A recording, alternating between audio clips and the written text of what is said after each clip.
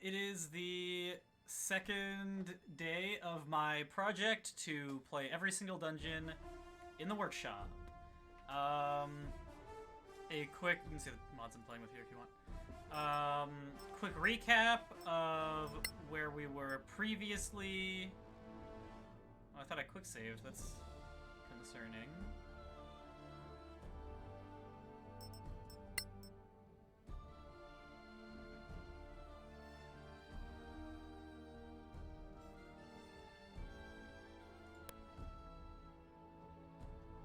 Okay, I haven't been using this.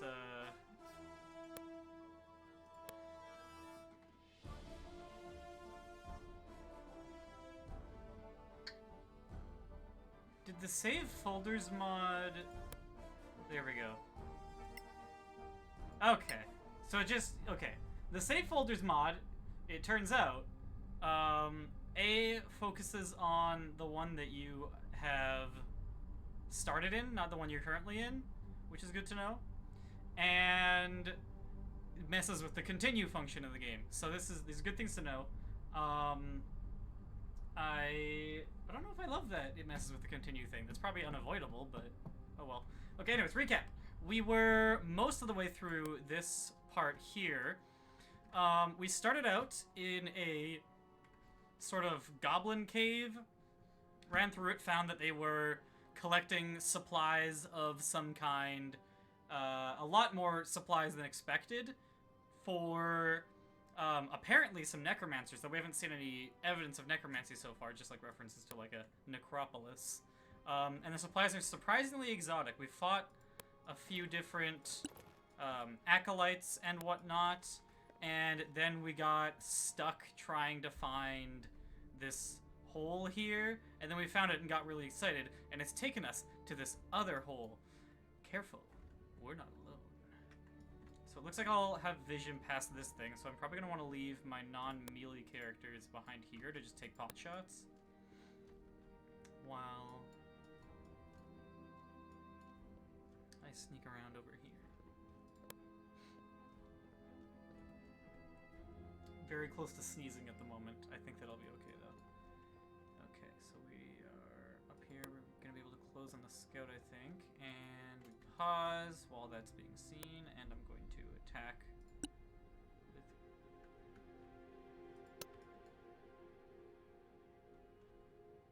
I can't see this character? But I can see the character.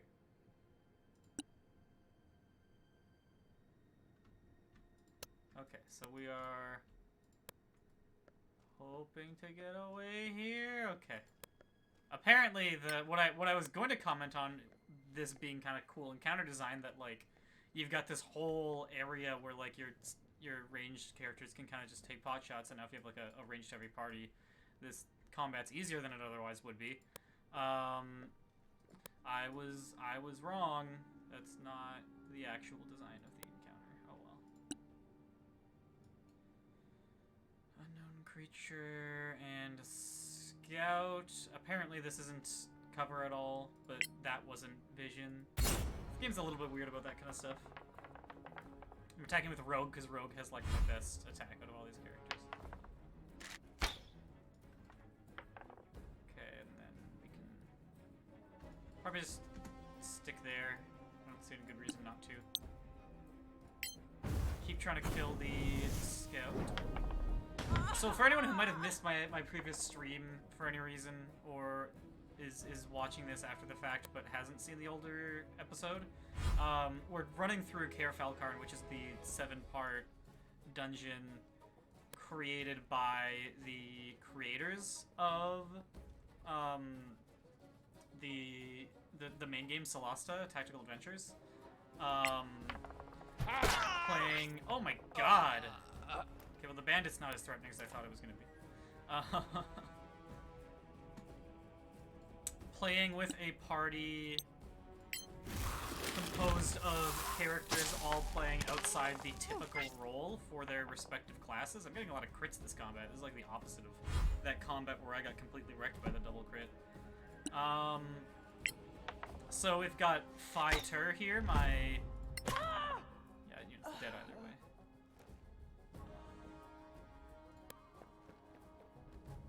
my wizard frontline tank. That was rogue, my dexterity-focused low-life cleric you just saw. This here is wizard. My spellblade, not yet a spellblade, only level 2, but my fighter who is in-focused and is going to become a spellblade. Will mainly be doing damage through magic. And finally, Claire, my paladin support caster, whose main role is to do blessing us up. Stuff like that. I want to be able to make better uses of these chandeliers. That's something that I'm not currently, as a player, very good at. I notice pretty often, like, I can see that there are, like, these areas where, if I were smart, I'd be able to, like, lure enemies towards them. But it's just, in a lot of these combats where you can kind of just blow through them and it's fine, it's hard not to have this thought process of, well, I'm just gonna run my melee character up to, like, the ranged enemy. And then positioning almost goes out the window. That's my 3rd crit in this fight. This doesn't look like it was supposed to be a difficult fight by any means, and we are doing a lot better than expected, even considering. I don't know how to feel about the fact that that's what takes us to level up. Okay, silver pieces, only a light crossbow, so I can't really use it. Angry violet and gold will take another light crossbow mace. The mace is strictly worse than the quarterstaff, unfortunately, because the quarterstaff is a versatile weapon and can be held two-handed for 1d8 damage, which is currently what fighter is doing. And leather armor wouldn't currently upgrade anyone. I've already got leather armor on the characters who need it. So we have... What am I looking at here?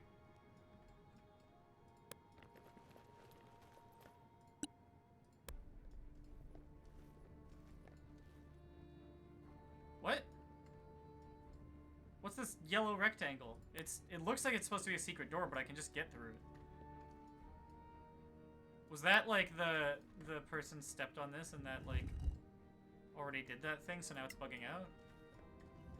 I guess probably. I haven't turned up the music. I need to turn up the music. I realized while I was, like, going over... Yeah, that's, like, barely... Okay. There. You can, like, hear that now, right? Yeah, this deserves to be, like, full... I don't know what I was doing with, like, the music so loud. It seemed when I was... well, now this crescendo ring that looks like a little bit much. We're gonna do this number for no particular reason. Like, for some reason when I was setting up, like, the 20% or whatever I had it at seemed like it was right.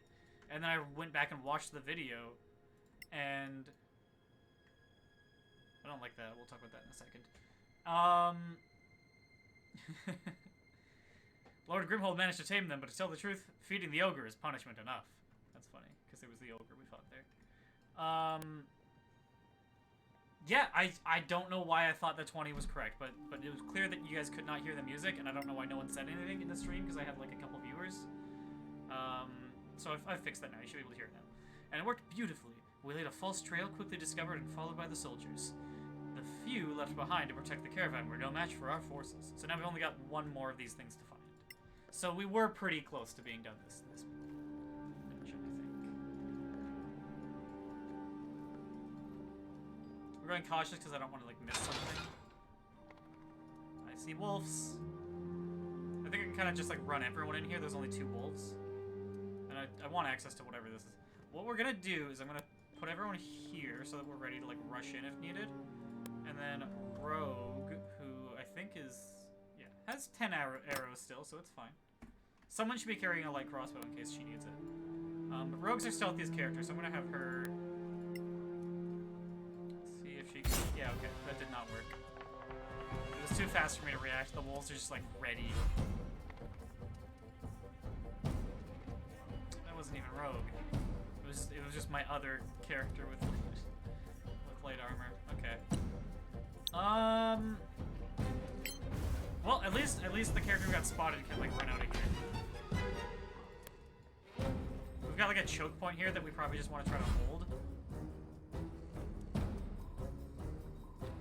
What's wrong with the wolves? Why didn't the wolf take its action?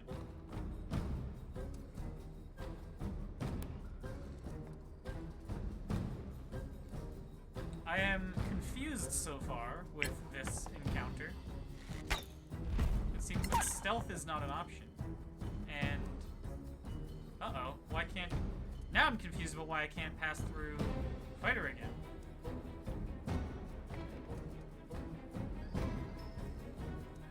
Okay, well I guess I'm just gonna hang out here, and my choke point plan has been ruined. That's weird, right? I didn't, like, I'm not messing up 5th ed rules or something. You should be able to walk through that again. Like, why would this be different? I'm confused.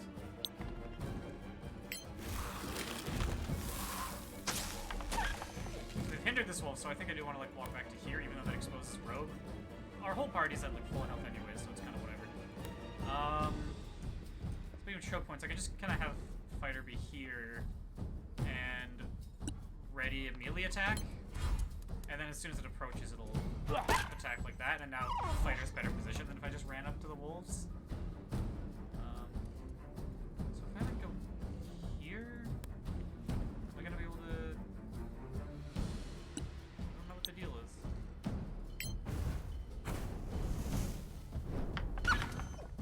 Still want to use the choke point if I can though, so I might as well run back here. We're gonna try having fighter like right here. They can run through that. The wolf is still threatening that one square though. We'll have temporary hit points. So the hope is I'm starting to worry about arrows. So since this fight is more or less won, I'm actually just gonna like go melee with Rogue. Yeah, it worked out fine.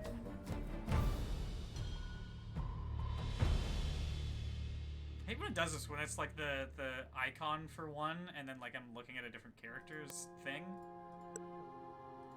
It's not a huge deal, but it would be nice if that didn't happen.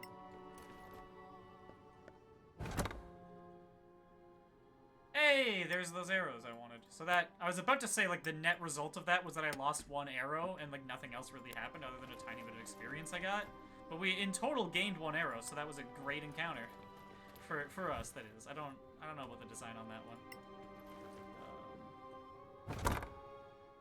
Just not really sure what the point of having that was from like a storytelling or gameplay perspective all that much. We've got room to carry these. I guess there's no good reason not to. We've got another spell focus, so if I want to have an item there, I can.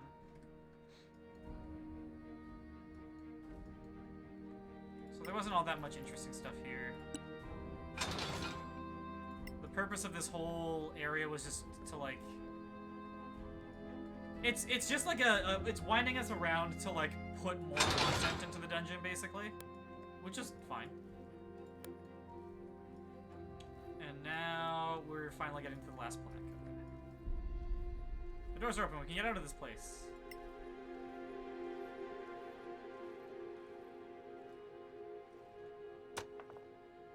Forgot to guidance myself, but it worked out anyways.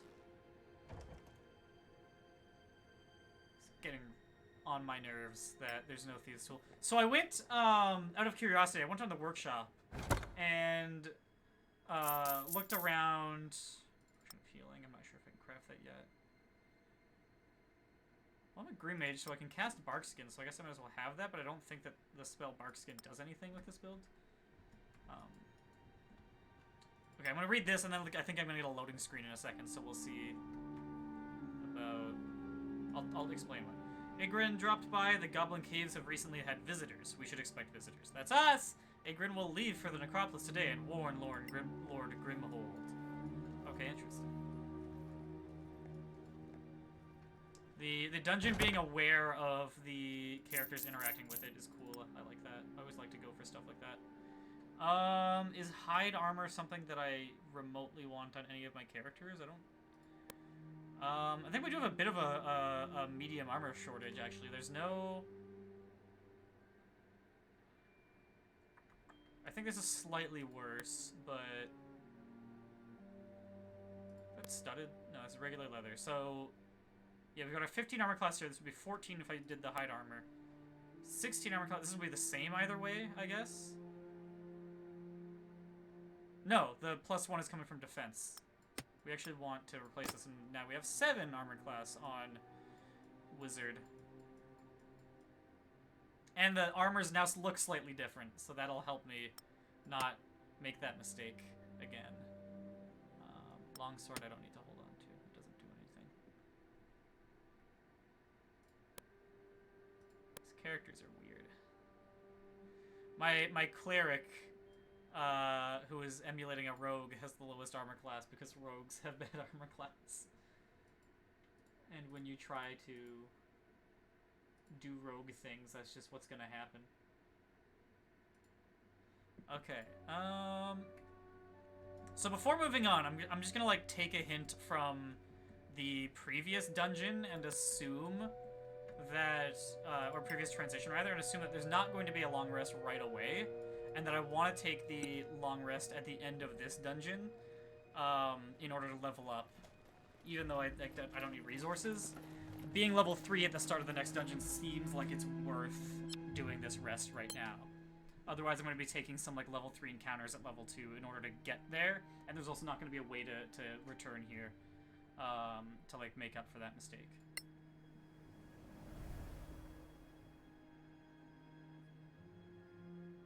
Okay, so first things first. Let's get our spells. I don't know why I hit at higher levels. Spellblade! My weapon attacks count as magical. Wow, this is useless. Cast wizard spells. There it is. There's what we wanted. So now we get additional cantrips, so we're not entirely reliant on Firebolt. We can now also grab Ray of Frost, and I don't like con saves. We want some kind of, like, save based one, I think. But Poison Spray is not a good one. Acid Splash is, like, better than Poison Spray, right? Like, con saves are all so unbelievably high. And it's got range 2. Like, we're pretending to be a wizard. So it'll be Acid Splash. If we're ever in a situation where it's like, oh no, I can't hit with my... Actually, maybe what we want is Shocking Grasp, so that we've still got a two-hit spell while we're in the unfortunate situations where we're in melee. And then Acid Splash for if we need a saving throw spell. Or if we're, like, desperate to hit 2 targets for some reason.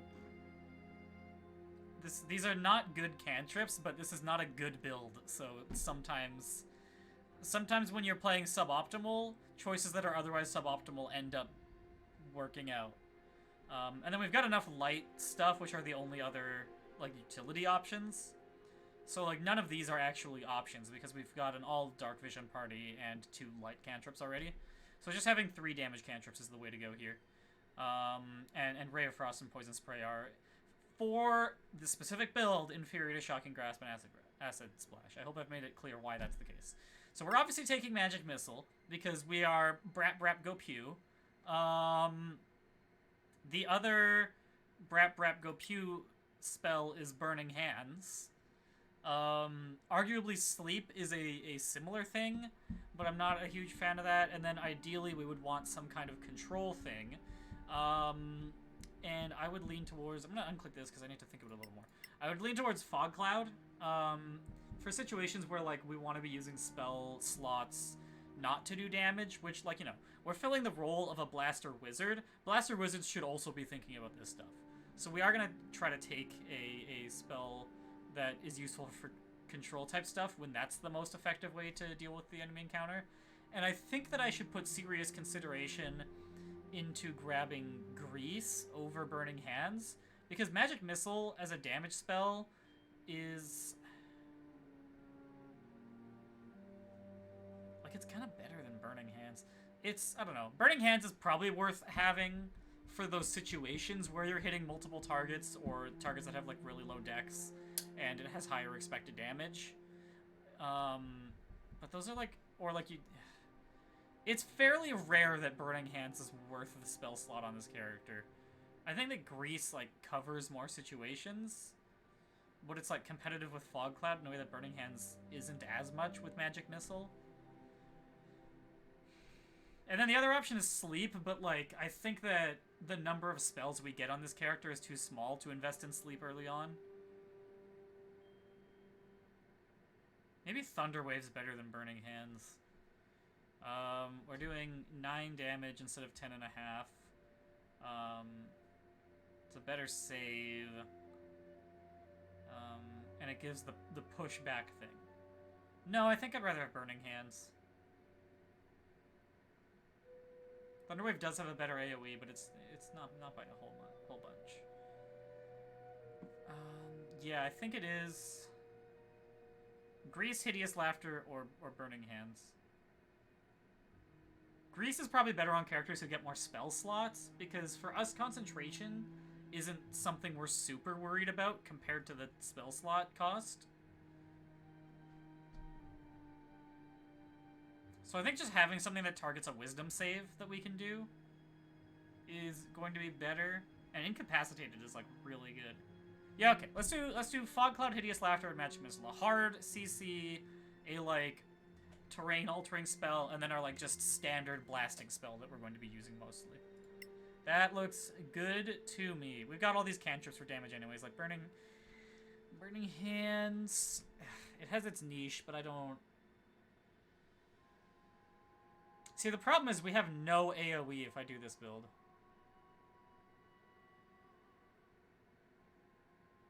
And the problem is we have no hard CC if I don't. And Magic Missile is just better than Burning Hands, right? Like, when we need something like AoE, often it's good enough to just missile multiple targets. Yeah, I think this is fine. The concept of, like, we need AoE or whatever is not really as much of a thing in D&D as it is in, like, an MMO or something. Okay, so here's where we get our Oath on Cleric the Paladin. I went through this. I don't remember what I chose. I think we ended up kind of looking mostly at just the spells. 1d6 radiant damage. Right. So the thing is that our Channel Divinity works on cantrip attacks. I went ahead and checked that prior to doing this run, so I think I was leaning towards Oath of Tirmar. Sleep is like an okay spell to have in this build. It's something that's going to get more use than other Oath spells. Hold Person and Blindness are really good ones, though, and I think that the last 2 levels of this dungeon having these really good spells might be the reason we go Oath of Tirmar. And then at higher levels aren't going to matter because it's a level 7 thing. On the other hand, blinding opponents seems like a good support caster thing to be able to do. 12 cells is pretty big. And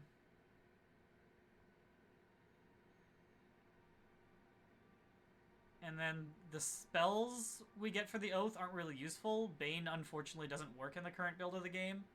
And then these aren't spells I'm probably going to end up casting as a support caster.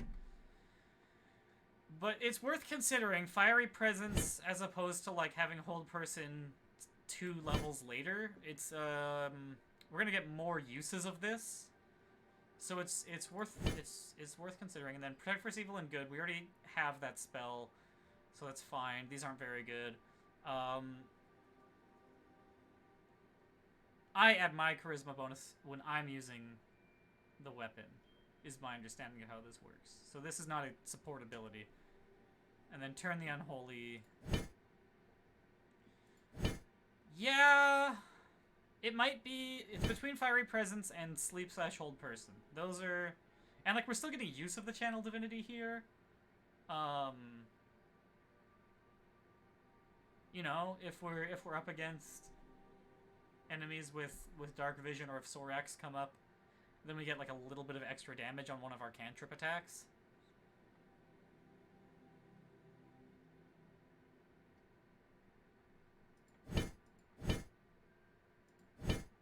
Or I go this way.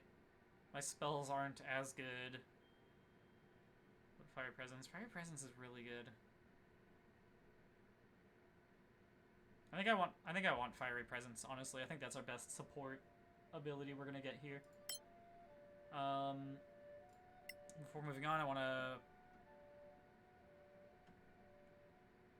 make sure that our spell choices still make sense. And I think that they do. Yeah.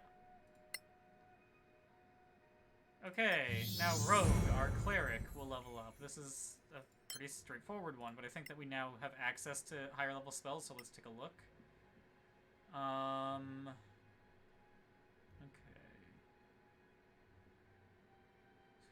Acid Air on Flaming Sphere, I'm probably not going to use a whole lot. Which of these are rogue things, if any? There's, like, I don't mind using, like, the class's features that exist. I'm just going to be, like, trying to strategize around them as if, like, my role is set into a specific thing. So I could, like, possibly justify using Hold Person as an action and then, like, following that up with, like, doing a bunch of crits to them or something as, like, being vaguely rogue-esque. And I also have an easy time saying, like, Prayer of Healing. Like, the thing is that I only have a +2 to Wisdom, and that's not going to change. So stuff like a Hold Person is going to be noticeably less effective because of the save. So anything with a save is going to be less good. Maybe I just want Find Traps.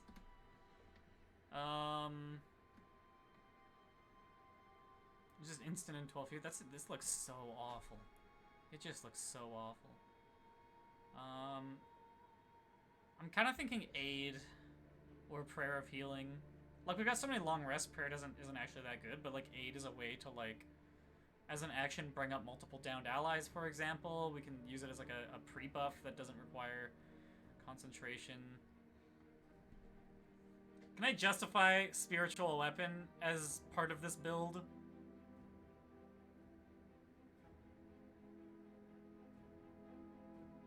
Like I said, it would be like a like archer kind of ranged attack or rogue adjacent thing. I don't see why a rogue couldn't have an ability that gives you stuff to do on a bonus action that involves damaging the opponent, right?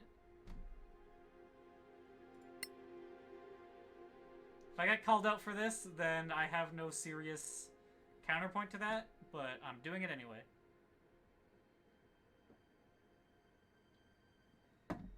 Finally, Fighter, the wizard's gonna level up. We just select some higher level spells, and I think we're gonna go for stuff like Blur, giving all kinds of enemies are gonna have disadvantage to hit us while we're concentrating on it.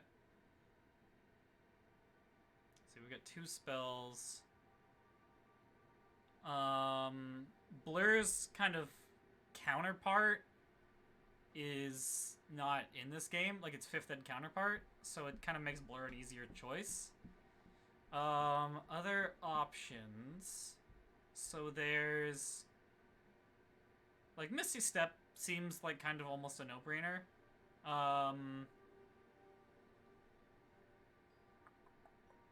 Nothing else really looks like important for like tanking purposes. Barkskin, we already have 16 armor class. Blindness, like, it's another way to give disadvantage to a creature, but I think Blur is more often going to be what we want. I read a thing today about a player taking Knock specifically because they were in Caer Falcarn without a rogue. And I am sympathetic to what that person is talking about. Misty Step is a lot less useful if I want to be in the middle of combat. So I actually kind of think that I want to learn Knock here. There weren't any level 1 spells I was leaving behind, I don't think. Yeah. So, I don't know. Is it worth a cast of Blur to open a specific lock? I think that being able to do that is worthwhile. I think that you need Knock or Thieves' Tools in the party, and I came prepared with Thieves' Tools proficiency, and then TA didn't give me Thieves' Tools anyways, so I think this is in fact the decision I'm making. I think that with Blur, Hunter's Mark is already obsolete. Like there are gonna be combats where like I can use one of my 4 level 1 spell slots to like start doing higher damage, and that's like a good tanky fighter thing to be doing. Like when I say tanky fighter, well, I think maybe Protect vs. Evil and Good I don't need to carry around anymore, because what it does, we have this for the disadvantage on attack rolls from evil, from like undead and stuff, but now Blur does the same thing, and it's a more general thing, and we probably weren't going to be casting this more than twice a long rest. So I think, yeah, I can justify Hunter's Mark for like more general encounters, Blur when I need to be really defensive.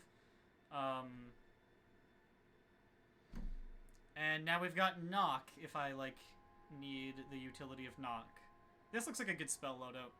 It would be cool to be able to bring like one more spell if I had like the standard +3 to int, but I think that like the other stuff we've got going on is worth that in this particular build.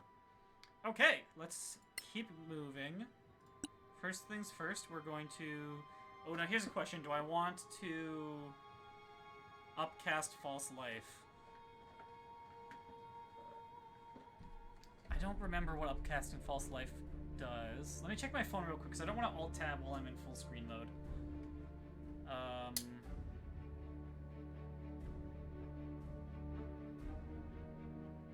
5e false. Because the tooltip is broken on this, right? +0 temporary hit points. I don't think that's what upcasting does. When you cast the spell using a spell slot of 2nd level or higher, you gain 5 additional temporary hit points for each slot level above 1st. That's amazing. Yeah, that's as good as having Blur, honestly. We're upcasting it.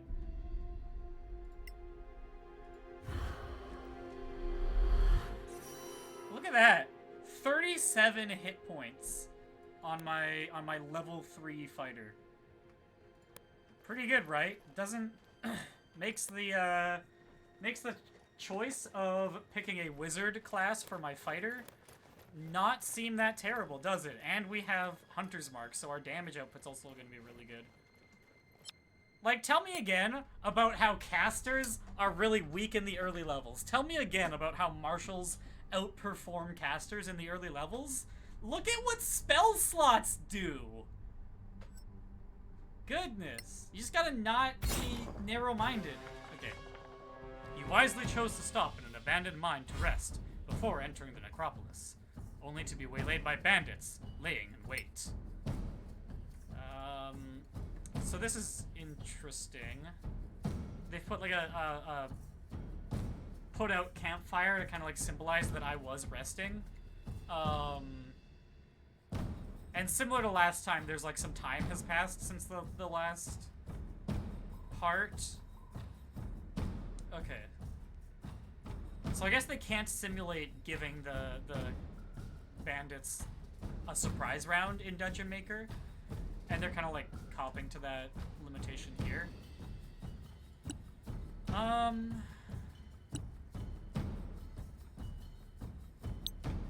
Like I almost want to like run up and just like immediately use my fiery presence thing that I grabbed. I think we are gonna do that. This looks like it's a slightly. Yeah, I don't think I'm too worried about keeping resources up for here. It looks like I'm gonna quickly be able to get over this. This is kind of like a random encounter kind of thing, is what they're doing. Which I like how they're implementing this. This is kind of cool. It's like a non-random encounter. And I've blinded 2 of them for 1d4 rounds. I'm gonna stay here and disengage if I need to later. Okay, so fighter, now for the first time, oh for hex frick.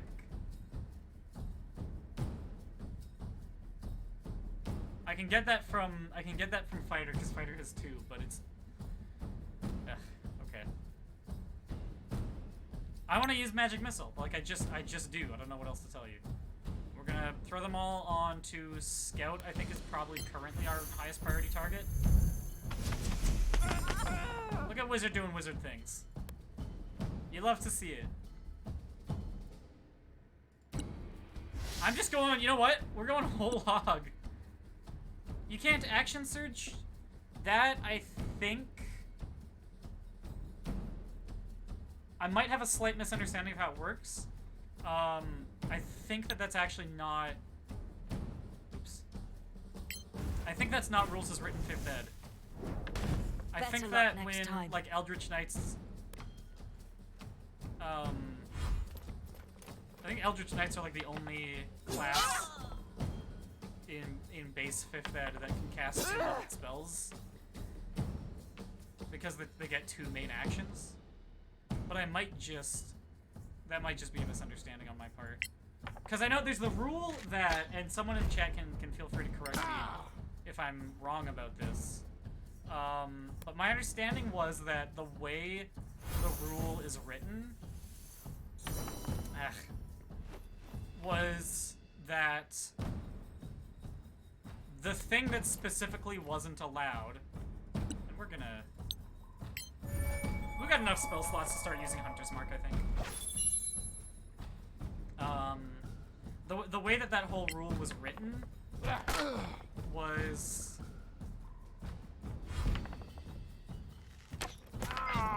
That was a lucky hit. Oh my gosh, that was so much damage. Thank God for False Life cast at level 2, right? But the idea in my head was something like it's...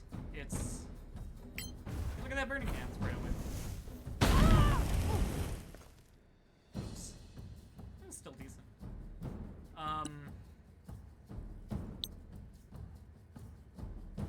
Trying to fight wall. Okay. So I guess apparently we're focusing on the Acolyte first. I probably should have been doing it from the get-go. The rule is if you use a main action spell, you can't do a bonus action spell as well. Vice versa, if they're leveled spells. What you have to do is... Nice. So I guess we'll move up because we got our bonus action attack anyways. What you have to do is bonus action, leveled spell, and main action cantrip. And there is some stuff around that being annoyingly worded because you can't do the opposite. You can't do a bonus action cantrip and a main action leveled spell in 5th edition Dungeons and Dragons. You can do that if you order it correctly. Oops. If it doesn't kill you. Come on, Claire. Hang on, Claire. Yeah! You can't do that in Solasta if you order the actions correctly. I think that you need to do the main action leveled spell and then the bonus action cantrip. So that's something that, like, technically, you know, if we want to be like that about it, is not implemented correctly right now. Fine. But I think that it was intended to be implemented in the way that it's implemented, so it's kind of, like, debatable as to what implemented correctly is. Dang, I should have disengaged. You're not. I'm lost. Back. What was I talking about? Good lord.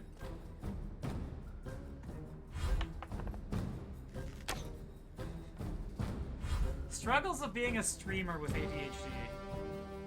It's enough to think about when you're not trying to, like, play a game and entertain people at the same time. Perfect. I have literally no idea what I was just talking about. How good spell slots are though, right? Right, guys? Like, what if... Let's just... I'm still on this. What if...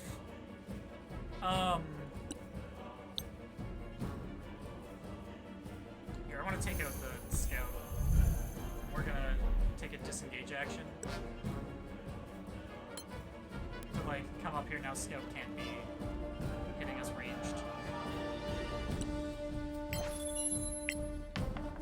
What if there was a fighter subclass that at level 3, when you get your fighter subclass, said you have 4 charges of an ability for long rest, and what that ability does is when you choose to activate the ability, as a reaction, you gain 5 armor class until your turn starts. That'd be a really good fighter subclass! I will kill you. That was a good crit. So, all I'm saying is that wizards make good fighter stand-ins, okay, at these early levels. It's like, it's completely fine. Look at that! Are you still with us? Fighter has just done nothing but take a huge amount of punishment. He is still standing when most fighter characters currently wouldn't be. And he's also done extra damage with Hunter's Mark. Like, at level 3, a wizard is, like, the best kind of fighter you can have, pretty much. It's just Action Surge that is missing. Actually, I think this was a better position. Okay. I am gonna start, yeah, I'm gonna cast Blur now. Arguably should have started the fight that way, but what are you gonna do?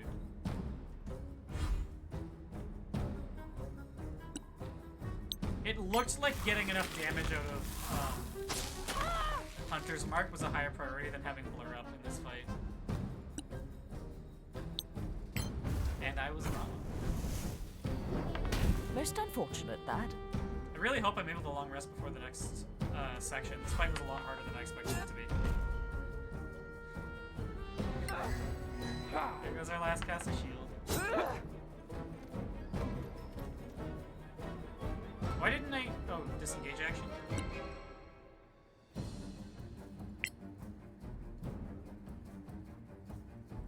Bonk! Wow, such rogue. At this point. At this point.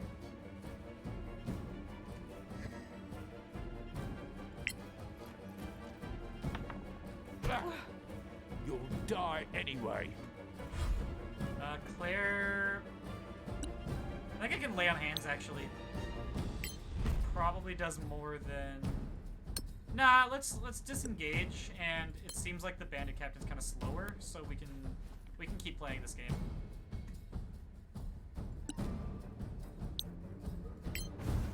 Either the bandit captain needs to use a full action to disengage, or had to use dash to catch up there. So I think that the disengage is gonna be worth it, and like we expected, yeah. The bandit captain kind of had to waste all the attacks hitting my blurred, highly tanky character, so that decision worked out well. That was a good use of an action from Claire. And then the bonk secures the fight. That was sweet. That little fight was more interesting than I expected it to be.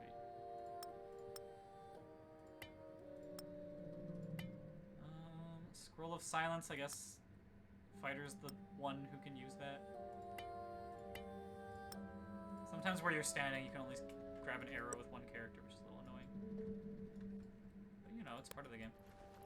Let's just see up ahead if there's anything that's like worth investigating before we take the long rest. Look, a fresh passage and tracks. They must have come this way. It is perhaps the entrance to the necropolis. Oh, how convenient.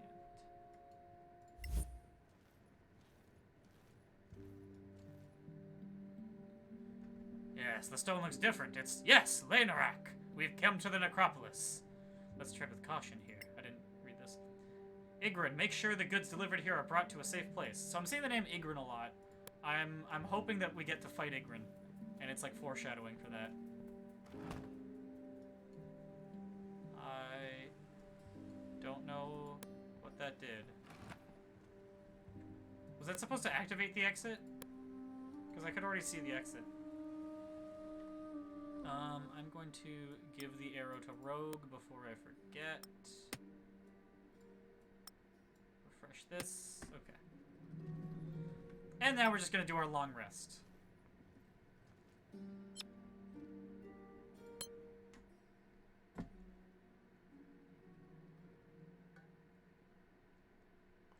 I should have checked if there was anything I could craft before I did that. I've got a couple recipes. Oh well. I think all those spells worked out well. Including upcasting False Life, that felt good. We don't really get to do knock stuff, but it's okay. I was gonna knock the chest before I left that dungeon, darn. You see what I mean? There's no, like, returns there. I think that's, like, a little bit... Like, thematically, it does make sense. I'll admit that. It's not really an oversight. If it's an intentional decision, I respect it. That what I'm being told is that I've, like, traveled a distance towards where I think the necropolis is supposed to be, and then I've, like, camped out in this mine, and now I'm about to enter the necropolis. So, like, having an exit back to the previous location doesn't make a lot of sense, because why would I go back there? That's, like, days of travel now. After surviving the ambush in the abandoned mine, you find the entrance to the necropolis. Okay. And see, yeah, so this, I think that proves that what I'm saying is what their intention was, and they are being intelligent about this. Because the cave system is, like, directly connected to the necropolis, I can just go back there if I want to. That makes a lot of sense. It would have been weird if I could, like, travel back to the goblin cave I was at 5 days ago if I want a long rest early, but it's not weird that I can go to the cavern I was just into long rest early. So good attention to the thematics there. This door is barred and impassable. Okay, so we're gonna try to deal with this trap. If I can't, then I can just loot it from over here. Success. I forgot to use guidance again. I remember every time right after I use it. And we're gonna get some ammunition. And a primed longbow. We're gonna make fighter carry it for now. Because there's not a whole lot of, like Rogue is over encumbered just off of arrows right now, everyone. Did I read this? I meant to. Okay, there. Now we're not over encumbered anymore. Let's quickly check that we don't have any recipes that we've forgotten about. Potion of healing. I already know how to do that, so let's just drop it. And, okay. Yeah, I'm not seeing any, like, item things that I need to be worried about here. I've got enough arrows that I think I can... maybe we find a heavy crossbow or something before we find a magic longbow. I don't need commoner's clothing. My Revivify is spread out across the characters who can cast them. I didn't realize the battle clerics didn't start. I just missed the Revivify. Claire seems to go down more than Rogue does, which is weird because Rogue kind of frontlines a bit and has a lower armor class. And health. Why does that happen? What? Okay, well, at any rate, can battle clerics use shields?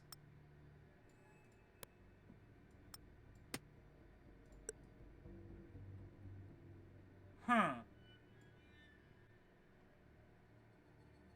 This probably makes more sense for our second loadout setup than the previous one did.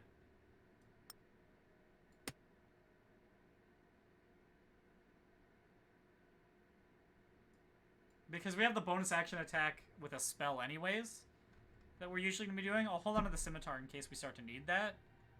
So yeah, I'd rather be holding a shield than a second scimitar.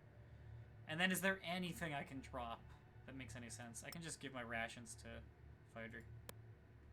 Okay. Inventory management is very engaging television. I don't know if you know this. Okay, we've got a healing potion here, no healing potion, but that's fine. A healing potion here, and a healing potion here. So, good. We've got a good setup. Oh, and an arcane focus needs to go over to wizard.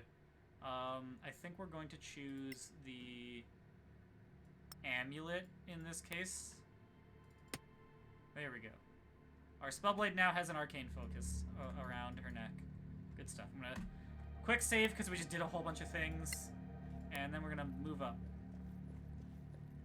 Those bags are the stuff that I left behind. Okay, so we can like now look at like why this is blocked off, I guess.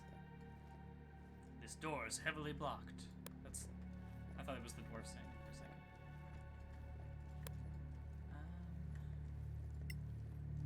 And okay, what's in the coffin? You find a letter, Igrin. Is this bugged or is that the? That's a word, not a letter. Words are bigger than letters, and then letters are like a lot of words. So like either letter was too small for what this is, or letter was too big for what this is, depending on what they meant. And we've got some coins. Got this. That hurts. Like, you gotta know that there's gonna be dwarves playing your thing sometimes, right? You're gonna put a Morning Star instead of a Warhammer when, like, the only difference is that dwarves don't get Morning Star proficiency. That hurts a little bit.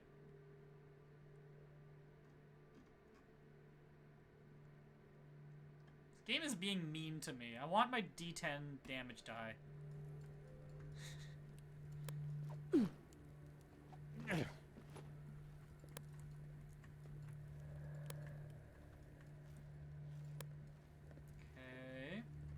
Nothing too spooky yet.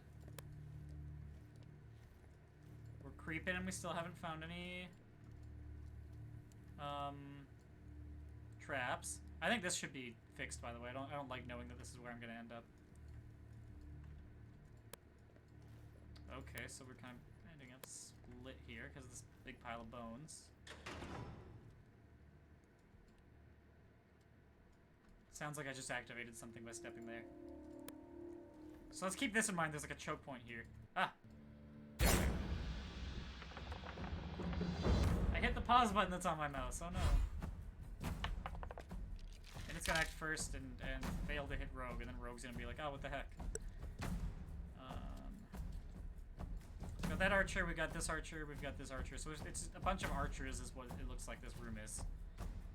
So kind of hard to take the encounter in that interesting a way. I guess I'm gonna start taking pot shots at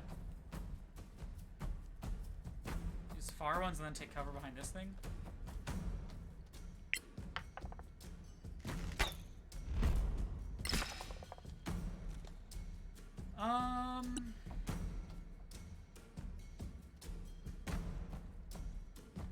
Can I justify a spiritual weapon here? I'm probably not casting any other spells. I think I can. Put it around here in case they like run up towards me or something. And end turn. Oh, there's a like wizard one here. So that's now I think our priority. And the enforcer is coming just not quite up to Rogue, so Rogue's gonna be able to retreat. That's cool. This one too. Yeah, so this encounter was bigger than I thought, and I'm glad I used spiritual weapon. Okay.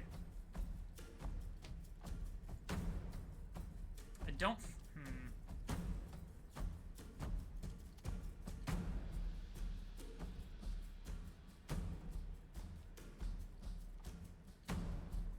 Am I gonna use my only blur slot right now? No.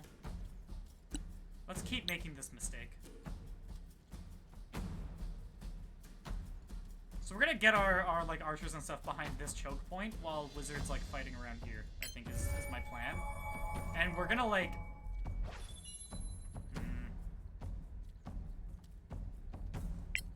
starting to realize this plan might not be very good. You like that? Crap. Right, skeletons are vulnerable to bludgeoning. This is okay, we're good. So then I want to position something like here. Because we're gonna be able to pull Rogue back before any of the, like, these things can do anything. Yeah, that looks good.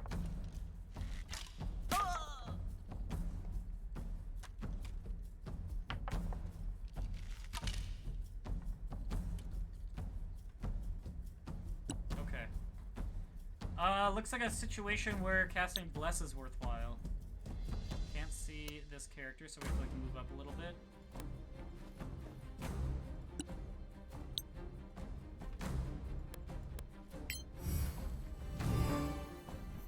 Claire has our worst damage output, so we don't bless her.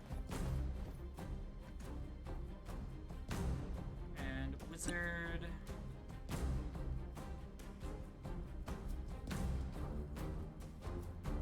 I'm unclear on how exactly Fog Cloud works. We've always kind of just, like, used common sense in tabletop.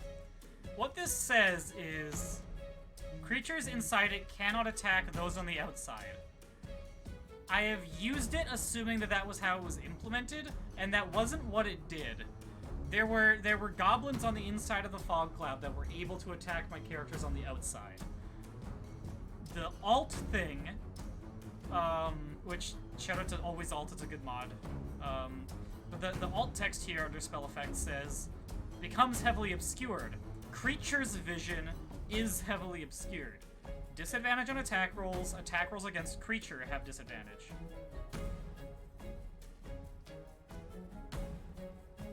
So I guess the things in the Fog Cloud are both attacking with disadvantage and have disadvantage opposed on attackers who are attacking them. So what we're gonna want to do is position a Fog Cloud such that it's gonna be impossible for anyone to, like, slip by here and get us. But it's gonna be possible for our characters to be, like, popping out and, like, shooting into them. And then Faye's just gonna, like, Fighter's gonna hold the line here. Standing in the Fog Cloud and punching with disadvantage. I think that's probably the way I want to take the fight. First, I want to get my characters into position because the Fog Cloud... I can already kind of tell that, like, the way I want to position that is going to be... Ooh, this is kind of tough to do.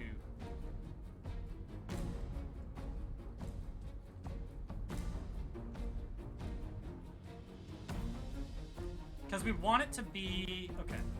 So we'll do it like this. Fighter's going to be standing where Wizard currently is standing. We're going to have our archers, like, around here, and they're going to, like, be poking out here. That seems like what we want to do. And if necessary, we can swing Fighter around to, like, here. So this seems like the best Fog Cloud we're getting.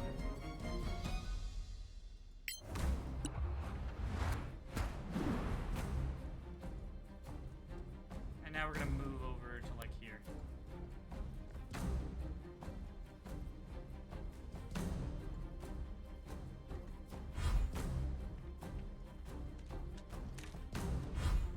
There's another archer.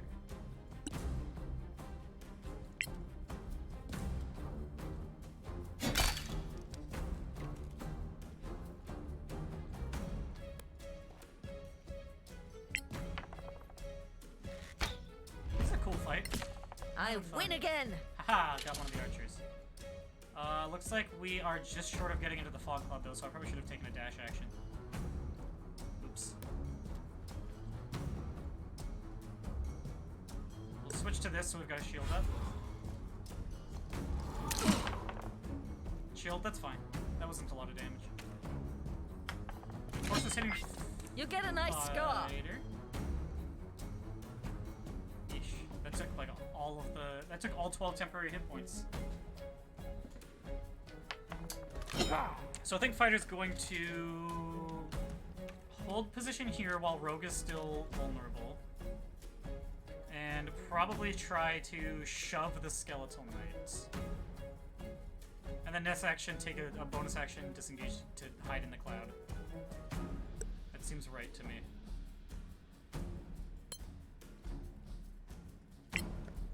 Ha! Did not work.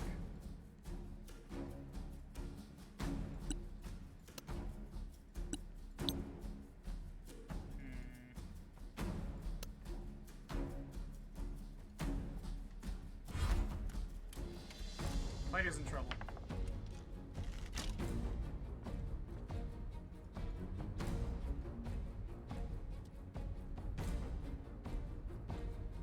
Does this block vision? I'm going to be peeved if that blocks vision. Oh, I guess I've got smoke on it. Shoot.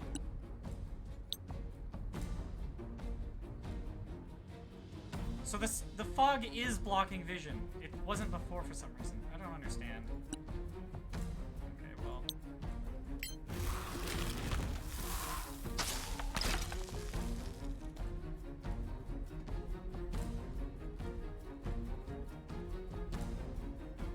Okay, see now, like, but from this position we can see stuff. So I guess it's the pillar that's blocking vision. And even though we're shooting through the fog cloud, it's gonna be fine, right? Just weird. Just weird.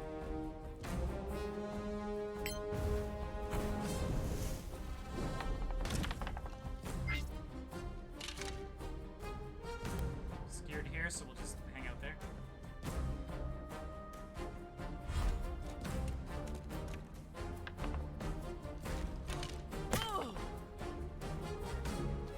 I just find the way Fog Cloud is implemented in this game difficult to use. Bonus action attack, main action disengage.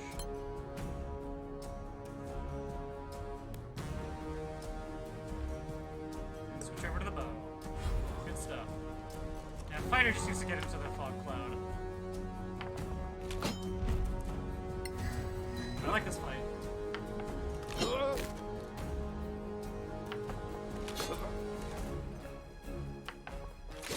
Feels like I have to like use the environment to my advantage and even like create that advantage. It's cool.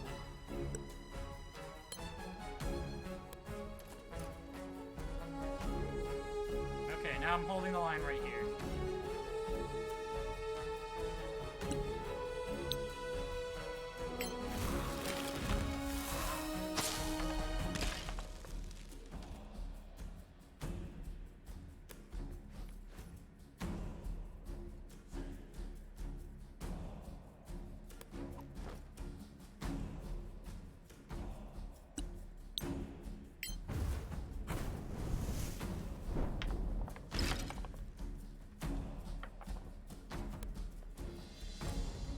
Stealth, but I'm still fogged, so like do your worst. And now all the like skeleton archers are like doing everything with disadvantage. So I need to go to a position where I can see that archer.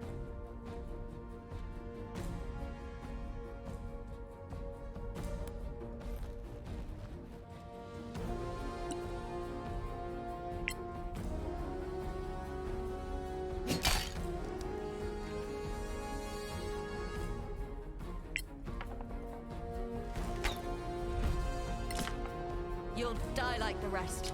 Correct.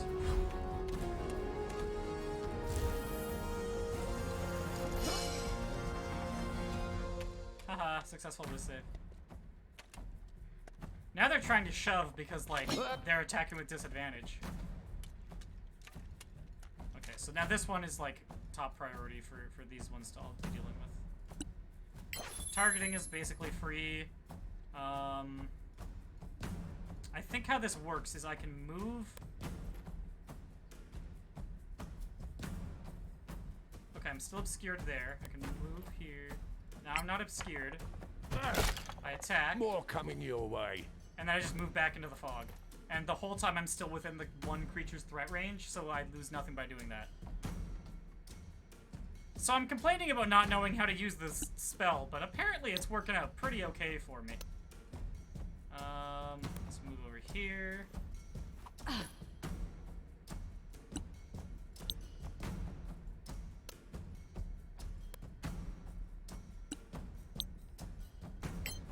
My one gripe is that it's hard to see which cells are in the fog and which aren't. Like, I'm clearly fogged here, but like it's less obvious that it's not fogged here. Okay.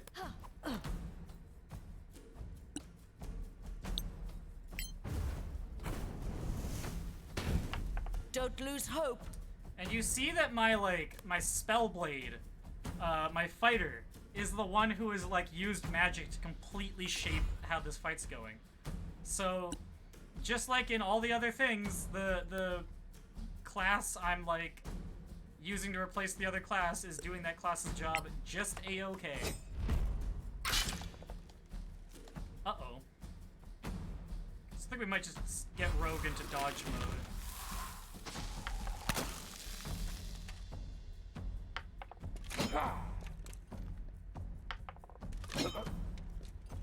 This plan's better if I had 2 front lines instead of Rogue and fighter.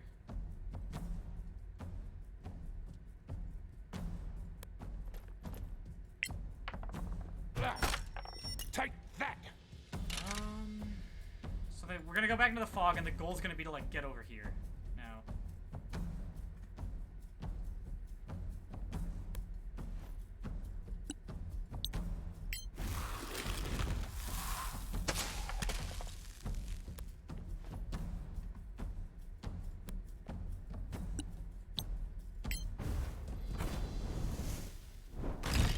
Palpable hit.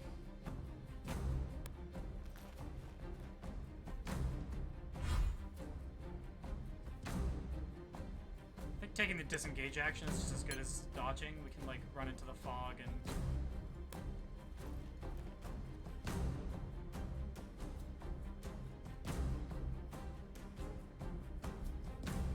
I think here seems good that we can like loop around to here if the Skeletal Knight stays anywhere near where they are. I made a mistake not hitting the Skeletal Knight first, but we can still move over here.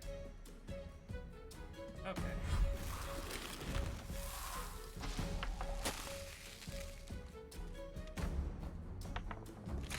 So unfortunately the knight is now also obscured. So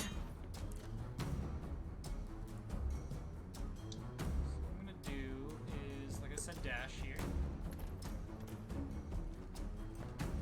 Okay.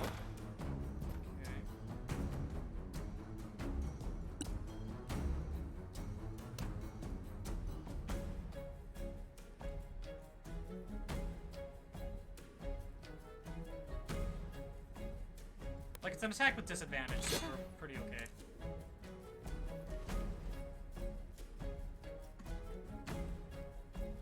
Didn't really gain anything for not disengaging there. Why wouldn't we go around the other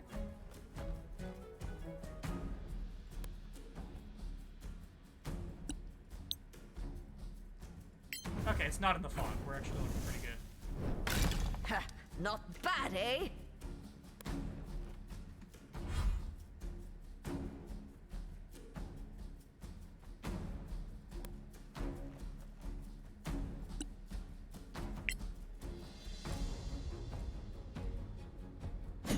I am very pleased about how this fight has gone.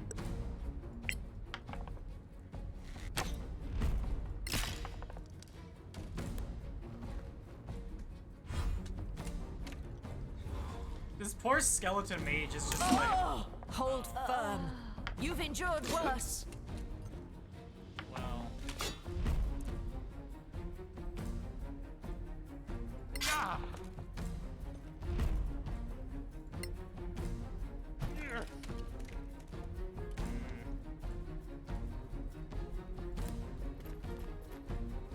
So who's down? So Claire is up, and Claire can... So Rogue's still chilled, darn, but won't be after Rogue's turn. Ugh, that's not good. So we have to keep the Skeletal Knight away from Rogue. Means I need to be positioned. I didn't realize that was heavily obscured.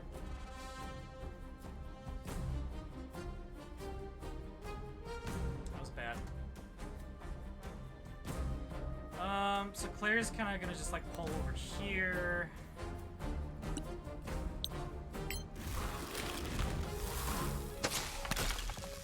Like the fog cloud is having some downsides for us, but it's just led to such a fun fight that I don't really mind.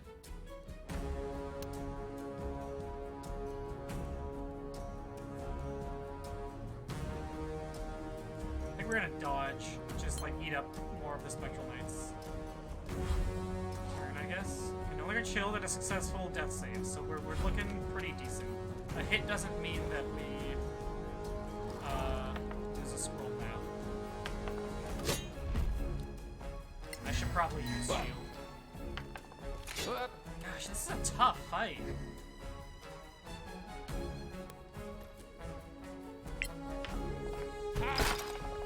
Like, all the shenanigans we're doing, and it's still, like... Yeesh.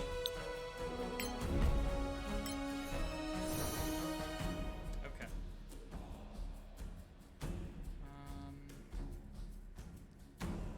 I think now we can kind of just disengage into the fog. And it's okay.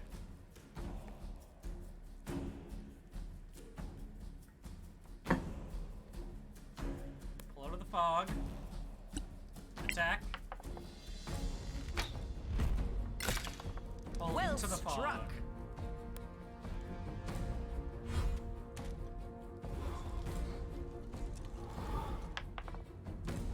Like, I want to be like, this skeletal mage is not relevant in this fight anymore because of the fog cloud, but we did just see the whole little maneuver I had to do because of that skeletal mage still being in the fight.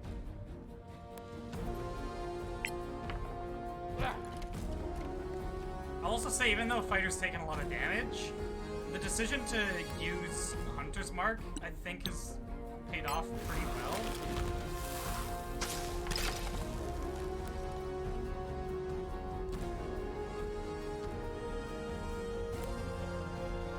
Like, the extra damage, I think, has been more important than the couple of hits it might have dealt with, because the fog cloud, it also imposes disadvantage. So for most of the fight, fighter's effectively been blurred anyways.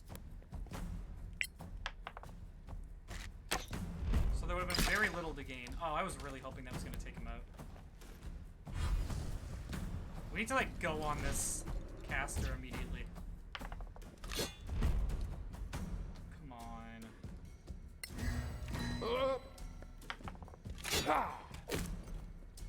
So with disadvantage, I'm like continually having to cast shield. You lose. Start heading over here. I know this is like a ranged character, so I'm not gonna be able to just do like my crazy fog cloud stuff as much, which is fine. I think the thing to do is, while obscured, just go for the, oh, it's, can't see.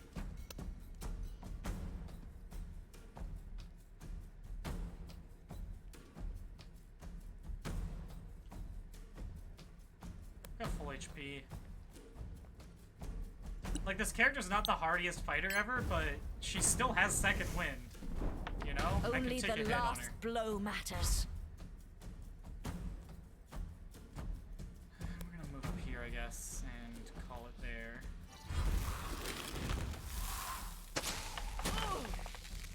Oof. I think it's worth dashing to get up here and start imposing disadvantage on ranged spells. Also, the fog cloud's gone. And I think we might as well target. It's like the last unit left in the fight. We're gonna spread out a bit. This mage has been using cantrips for quite a while, but like we don't know for sure that there's not like some ace in the hole spell being held onto or something.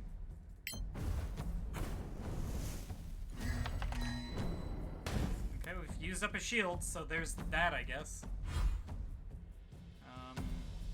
I might as well attack in case I get like a 20 or something. It's not gonna hit through the shield. So it's a good thing I like moved wizard back in case of a hunter's mark or a thunder wave there. Nice! A fine stroke. Okay, we're like, I think after hitting that crit, we're looking pretty good. Woo! Yeah, we're good. Probably shouldn't be under the chandelier. Better luck next time.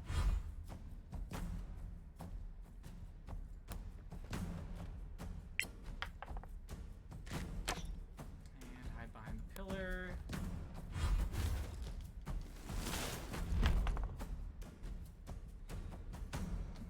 Shocking Grasp is going to down fighter. I think that's okay though. We can just use a healing word. Huh.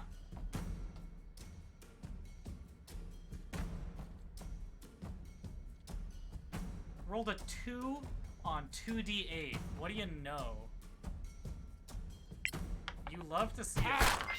A telling blow. Oh, poor Mr. Skeletal. So we're gonna look to long rest as soon as possible. Good. I can use this, I think.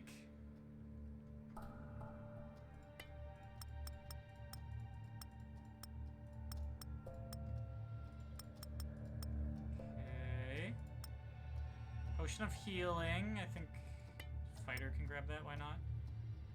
And then Scroll of Bane is useless. Dang, I thought this was Burning Hands for a second.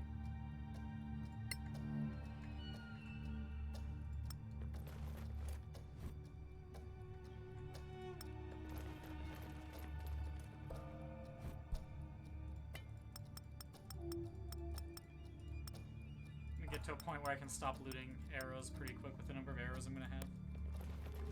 And there's finally the bag over here. Cool, that was a fun fight. I think we're gonna short rest. We still got a lot of spell slots. Might as well take that.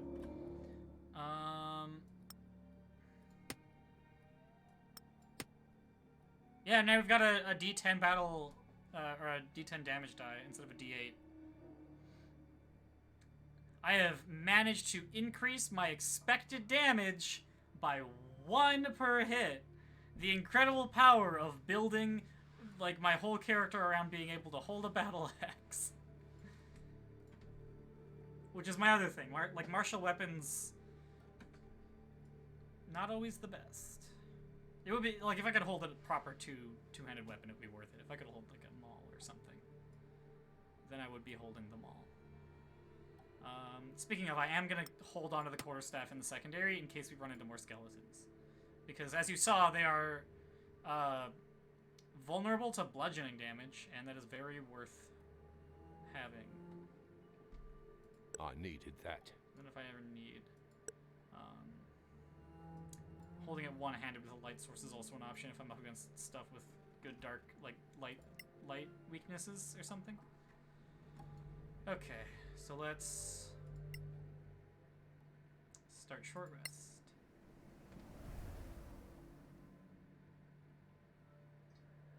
So we're gonna recover 2 of these, I think, on a long rest. So we probably don't want to use too much more than that.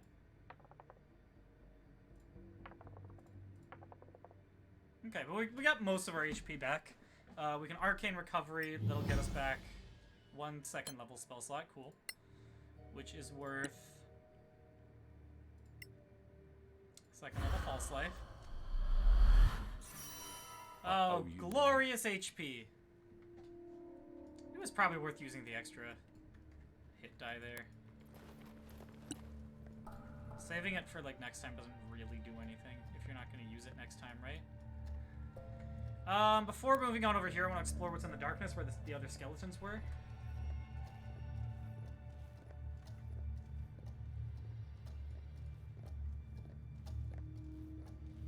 It's an already open door.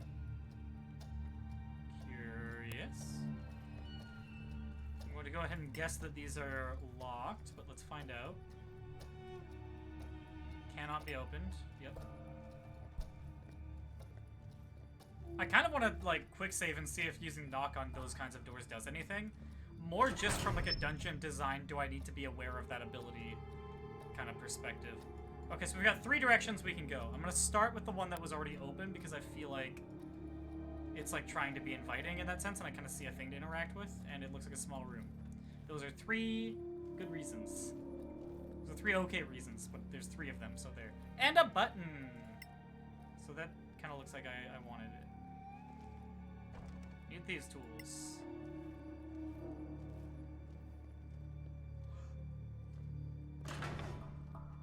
Okay. So we can go to this one. I think we'll do that last. Let's try try this button, see what's over here. And then we'll go to the one that was just open. And finally the one that was just opened.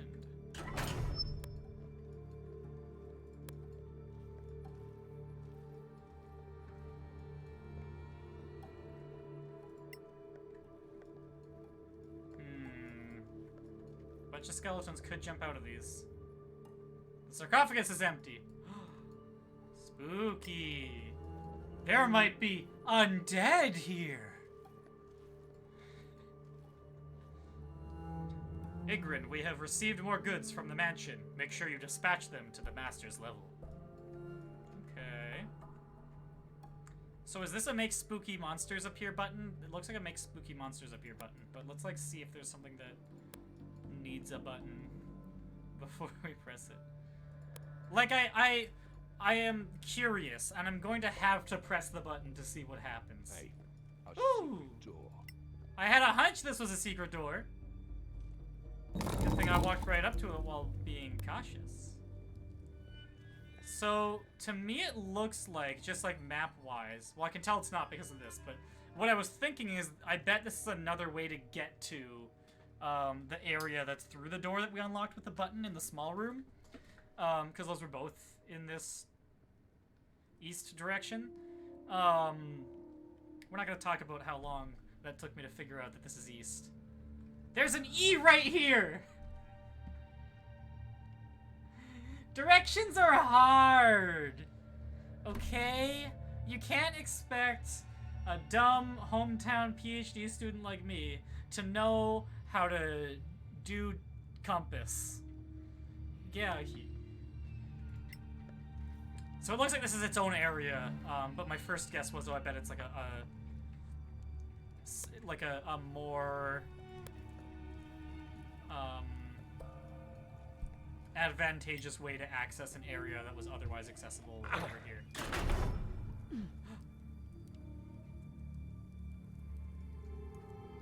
Okay, so whites are pretty tough.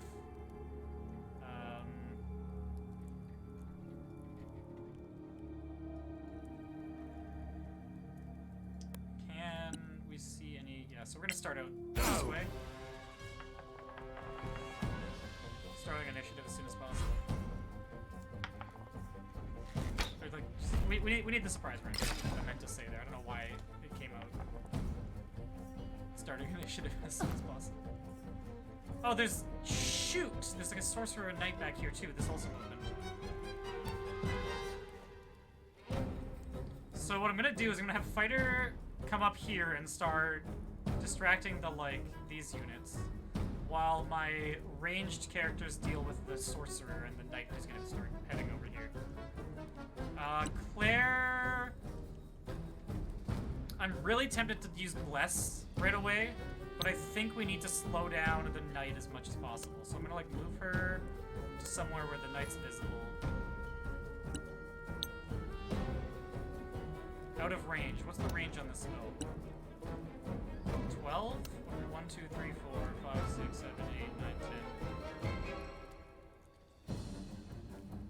1, 2, 3, 4, 5, 6. So 6. 7, 8, 9, 10, 11, 12.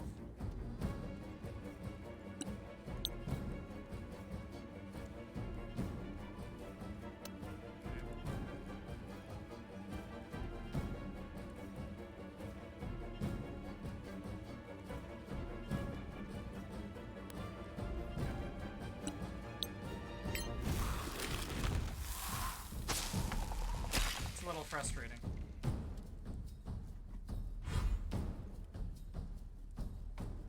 That didn't make sense to do. It's surprised this round.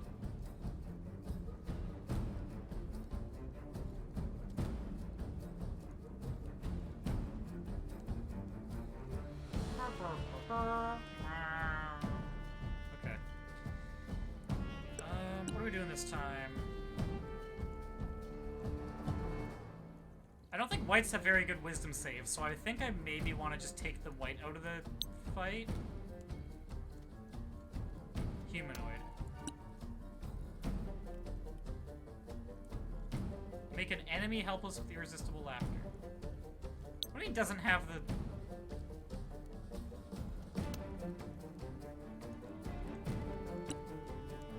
text. So I think what I want to do is deal with the sorcerer as like a really dangerous one. So we're just gonna like magic missile the sorcerer right away. I can't see at the moment. Don't tell me magic missile also has range of 12. Okay, there we go.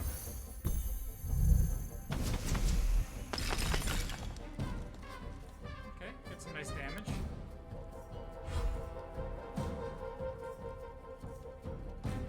And like I said, we just wanted to be like distracting these, so I'm gonna switch over to my bone crushing stick and stick some bones. Yeah.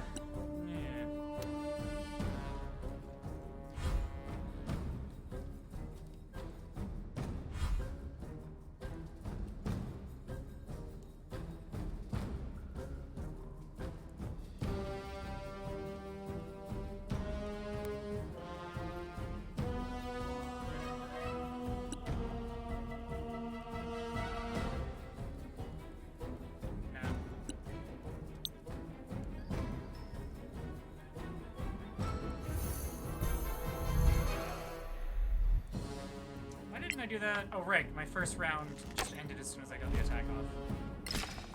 Perfect. So I should remember not to do that, because my instinct was to do that with the rogue in my playthrough, because that made sense to start with my rogue like that, but...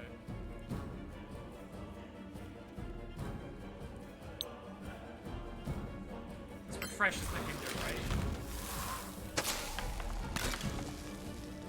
One round. Okay, good.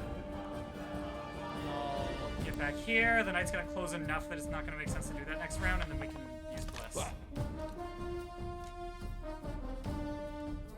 Just letting fighter move in over here to be threatening the white, so the white doesn't come up here. Weird.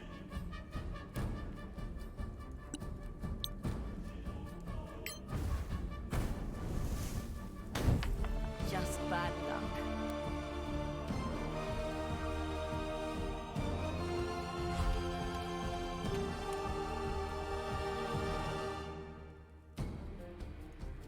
Now I'm in a better position because the archer moved like that. Heck.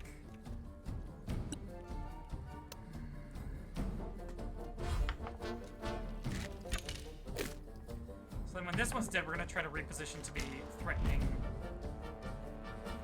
I assume it's probably not worth it. Yeesh, 11 damage.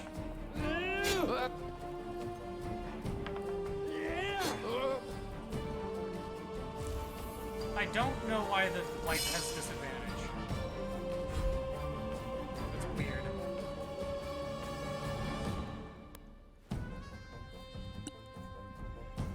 Can't see that from there. I wish that the camera didn't follow over here when I selected the spiritual weapon. That is one thing that I wish. Ooh, crit! You'll surely Probably prevail. Struck. Oh well. Over here, just in case this closes.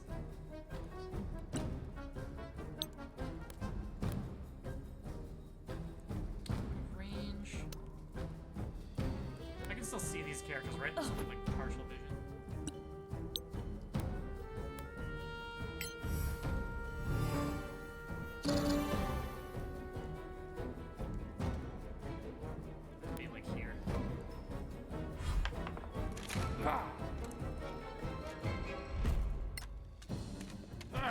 Mistake, my skeletal friend! Okay. I might end up using my action search here because we want to get rid of the skeletal sorcerer's turn if possible. Yeah, we're action searching.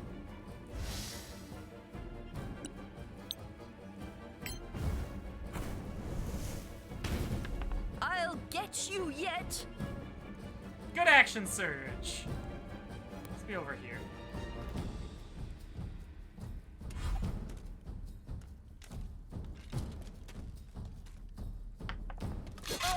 Caught up to rogue, that's too bad.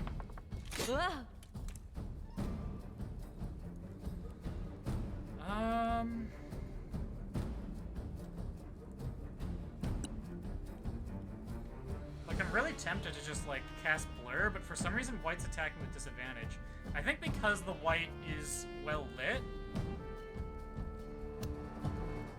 So I think we can risk the attack with advantage, with disadvantage rather, to, like, deal with the Archer. I think long-term that's probably worthwhile. Crap. We're not getting a better use of the spell than a shield, a White attack.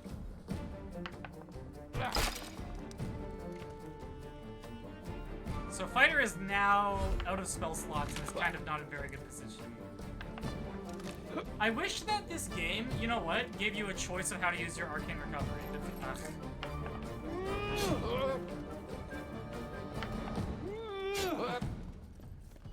Like, that feels like something that it should do.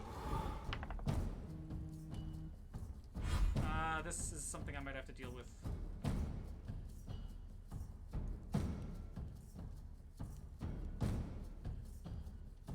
Okay. I am gonna need to take a quick break here, I think. Come on.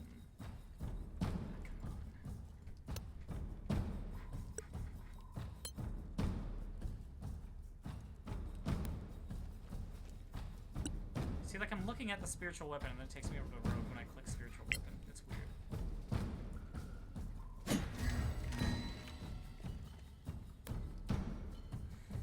Okay, I'm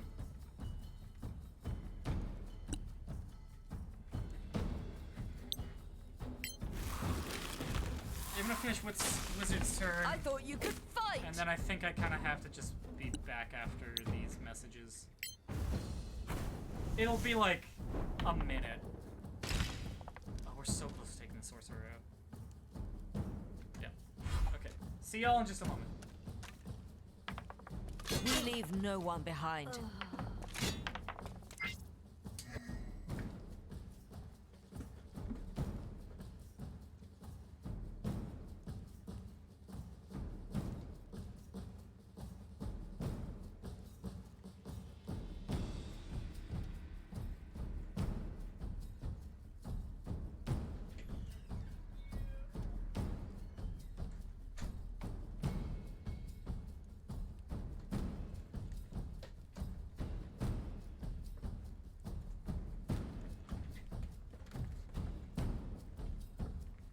Okay, that's all. Rogue is dying. Hi. Rogue is dying. I think I need a better plan for this fight.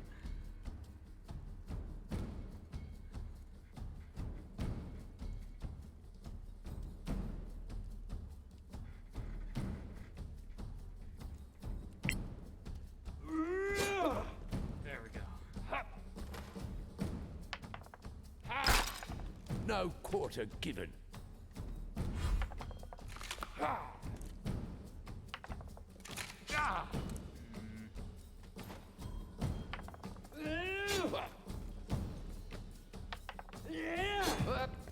Losing access to shields is kind of one major downside. Oh, you're still standing. Oh my gosh, I've got 2 down.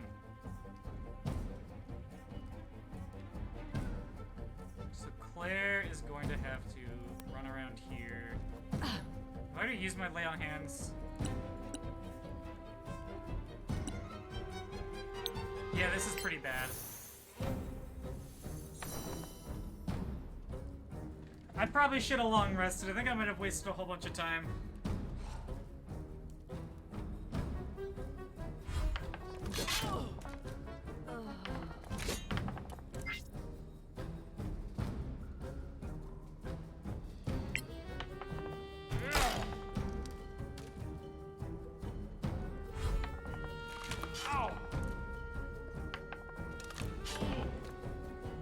Yep, this is a win. There's just no way that we get all of our characters back up.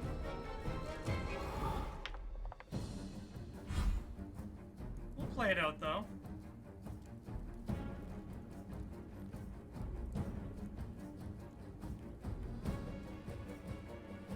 How did Rogue stabilize? Why am I asking that? I'll just be happy that Rogue stabilized.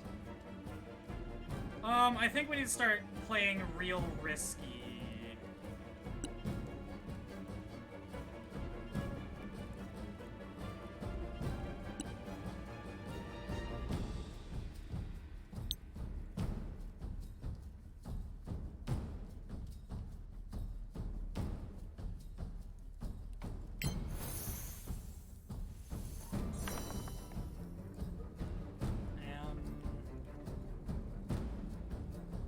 Does Rogue just sit here and... No. Yeah. Rogue just sits here and dodges the Skeletal Knight for a while. And Claire is going to have to get... At 25, we just take the hit. Head over here and try to finish off the Skeletal Sorcerer. Ooh, if it doesn't That's kill a you. hit! Oh, for God's sake, a critical. That is not what we needed. It's okay, we got a really lucky roll on I think what happened is Rogue got like a nat 20. And that's why she's stabilized. I was able to stabilize Wizard as a result of that too. So we're like looking okay. Death claims you. So now, what's gonna happen is these characters are gonna focus down the Skeletal Knight together. Fighter's just dead, I think.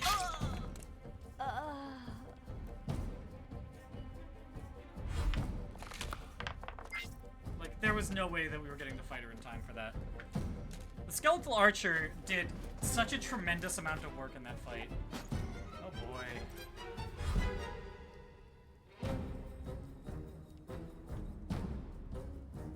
The Paladin order is, or the turn order is so annoying too. I do really wish that you could rearrange initiative in 5th Ed instead of just the whole like ready to action thing. Have I used my Channel of Divinity? I have not. So that seems like a pretty easy decision right now to just blind these two.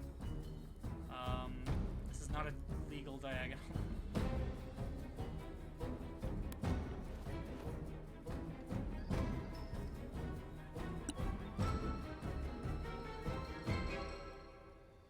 Rogue's the one with healing word. Shoot. Okay, well I've got a healing potion on this character at least.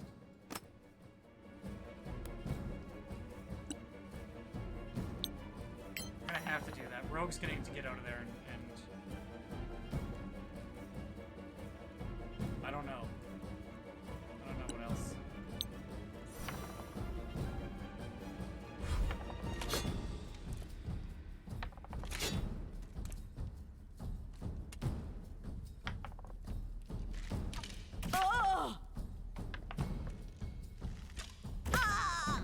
This one archer. Good lord.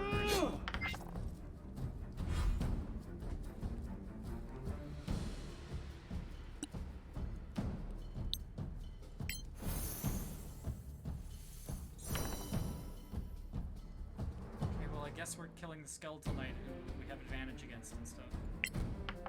Yeah.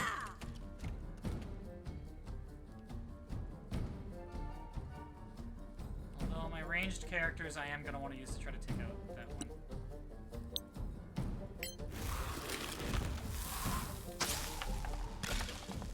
Okay, we're getting there. This might be okay. I need to win in 8 turns for my Revivifies. That's our goal here.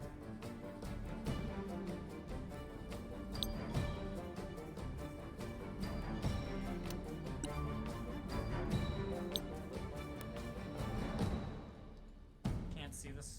It's way out of range. What am I talking about? Nice. Okay. Okay. Them being blinded makes this, like, doable. We definitely made the... It was 1d4 rounds! I've never seen it go more than 2 rounds. How's Rogue already down again? Rogue doesn't win this death save, then yeah. Okay. That's fine.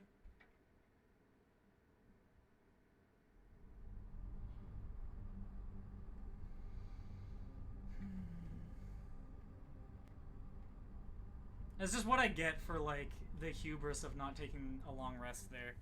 No, why is this the save?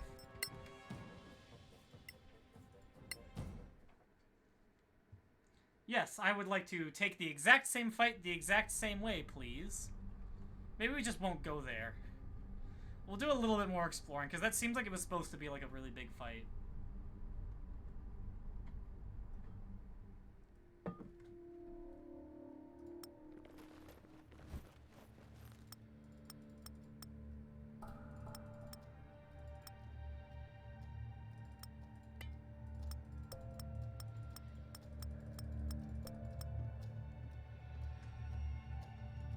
I don't recall there being any other good loot. Oops.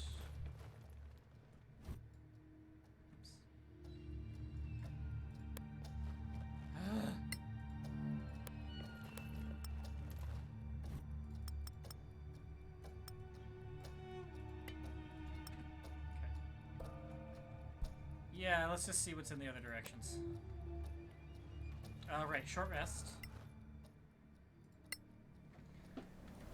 I'm fairly sure on tabletop that Arcane Recovery would let me recover 2 level 1 slots if I wanted to.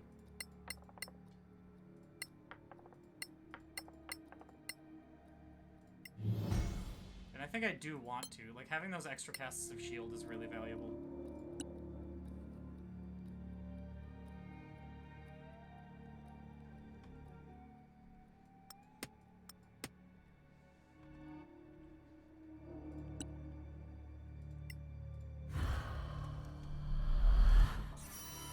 Thanks. So quick save so I don't have to do all that stuff again. I don't recall if I interacted with this. Mausoleum's empty, so it's similarly there's just a bunch of like empty undead stuff to clue us in that there are undead here, because I wouldn't have figured that out on my own. Right, this just I can't unlock this. This opens up and let's head over here. Additional hubris.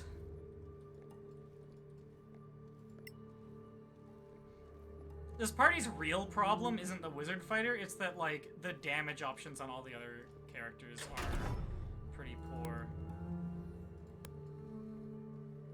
Like, every single one of these roles, the classes that do these roles intentionally, have options that improve their damage when doing those rolls, and that's, like, the most important thing in 5th Ed. So, like, yes, my wizard can take more hits than a fighter normally can, and is like, pretty up there with damage. But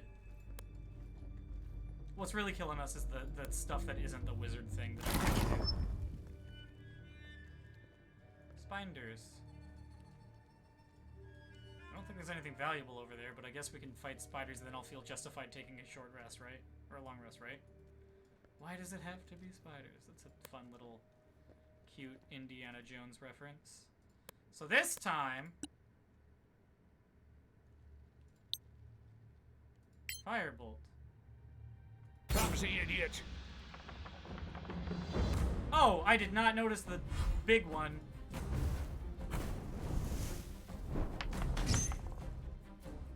Okay. Yeah, that makes things a little bit different. So what we want here, because I don't think... Oh, shoot, you can't get around here.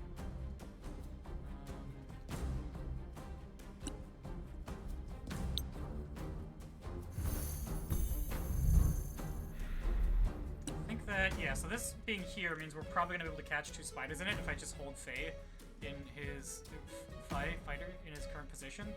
So what I'm going to do is I'm going to snipe one of these first. Let's save the strike for the big one. You'll need to do better than that. Okay, and then kind of like pull back over here.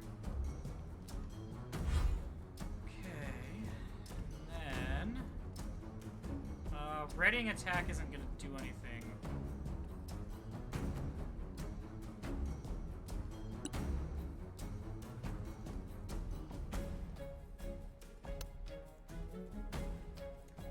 I wish that I had hand axes to throw. That's what I really wish in this situation. I think what I'm actually doing is gonna run up, punch this spider. No, because the other spider's turns. Oh, so they'll take their turns. Okay, right. So we do want to ready an attack. Gosh, there's another one behind us. Not loving the situation we're in, if I'm being completely honest. Okay, looks good. I probably should have put her over here, but what are you gonna do? I want to finish off this Badlands spider, so we're gonna do 2 magic missiles. I'm a little bit worried that those might have gone onto this chandelier. 2 will probably deal with it, and then the third one can go into this one. Victory is yours. Didn't expect them to both get 4. I figured the guaranteed damage would be good. I want to know if I action surge I can get a cantrip in. Yeah, okay. Those work like double checking.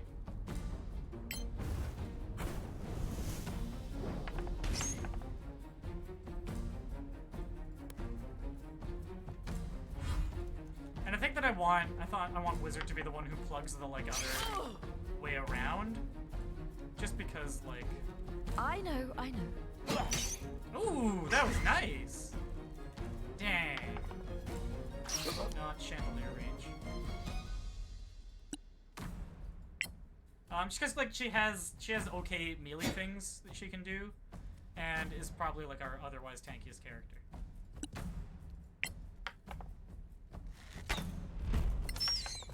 Well done. That's interesting. That makes the fight a lot easier if that's how they're gonna behave. Probably wanted to use Hunter's Mark there. No, I didn't. Forgot how completely out of spells I was because of how Arcane Recovery works. Can I hit both of these? That's fine, I think. Another victory. This is destiny. And now I can move this one back, no longer in threat range. Awesome. I can cast Shocking Grasp. So I don't need to do a huge amount of damage. A victory fit for a song. Awesome! I'm positioned here so that I've got like a little bit of cover, it looks like, and I can start taking shots there. See, this is a much more manageable fight in comparison. So I'll move this one over here. Rogue, so I'm gonna... Yeah, take a shot. Disadvantage, eh? Spider's unlit.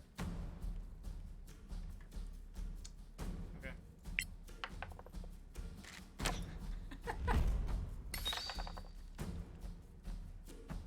Well, it succeeded the con save, but that was still a lot of damage.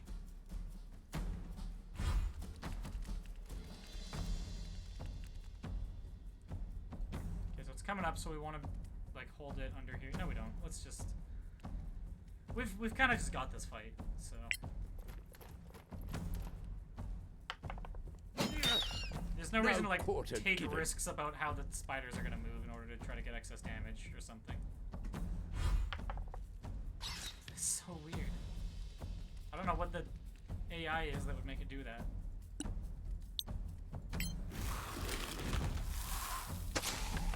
More. We want to be close enough that we can run and lay on hands if needed. Okay, round 4. We can see from here, so...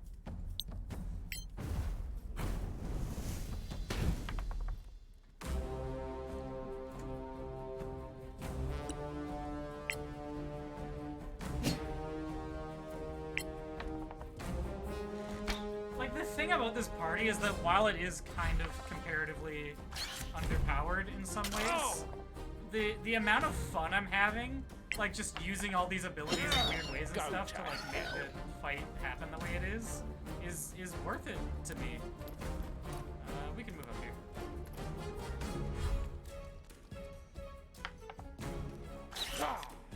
Gonna go around the corner here. Like, it's just, what it does is we just need to take more long rests, really. I thought you could fight.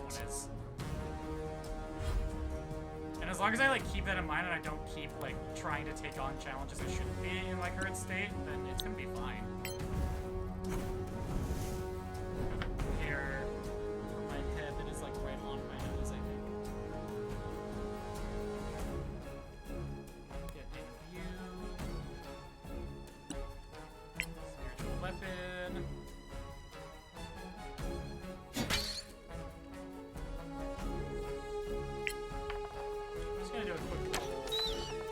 Who knows what I'm doing right now? I could be doing anything. Certainly not dealing with the situation that was bothering me about my nose. Nothing that I wouldn't want to be seen on doing on camera at any rate. Just all 100% above board, fun, cool, neat stuff. And now I'm done.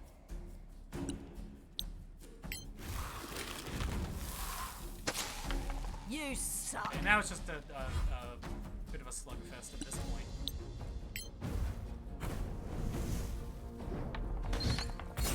And we won the slugfest. How did that firebolt do 11 damage?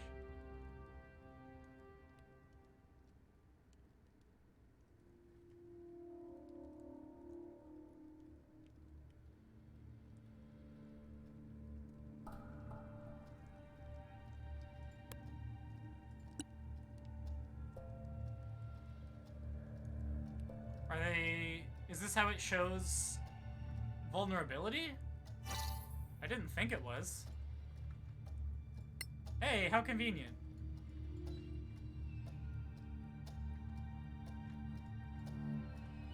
So it kind of looks like it did kind of just expect us to go in this direction, take the long rest before that larger fight with the white.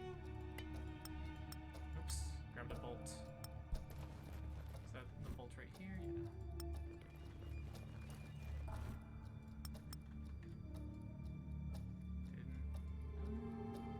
Yeah, I didn't leave anything behind here.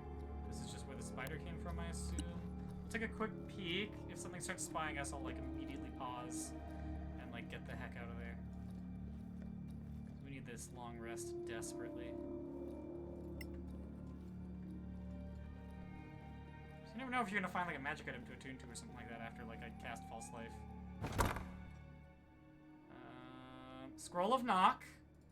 Okay, I like that. Magnificent Dagger, too. Interesting. So we're going to cast Identify on that. I'm a little bit curious about other stuff I've picked up, especially these wands, so I am going to do the full combo with Identify Magic first. Or Detect Magic, rather. We're going to do this as well. I think when it does the gear instead of the grab, that means it's something to interact with instead of loot. Magnificent Dagger. Interesting. So that probably ends up being Rogue's main melee weapon. It's just a +1 dagger, I'm sure. A small note, Igraine. Yeah, so I think this is probably a bug. Or like some kind of error that it's not showing more text than that. So we're gonna ritual detect magic. The party is waiting for 10 minutes. Of course you've been detected. You talking to the magic? What do you... Okay, the wands are not magic, so I don't think that I want these anymore. Oops. Like, why would I want a spell focus that I hold in my hand? There are so many slots.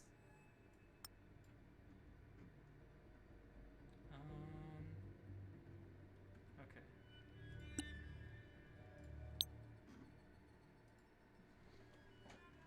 It looks like it's just a superior healing potion is what the other one is, but yeah. +1 dagger. I'm just gonna take a quick peek if anyone's got a question mark on anything that they have. Doesn't seem like it. Yeah. So we hang out for 30 minutes and magically find out all the things that were already kind of obvious.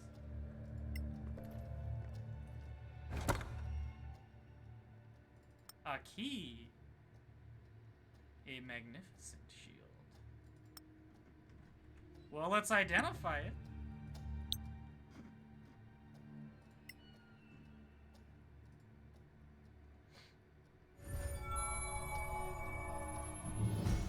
Shield +1. That's a really strong item.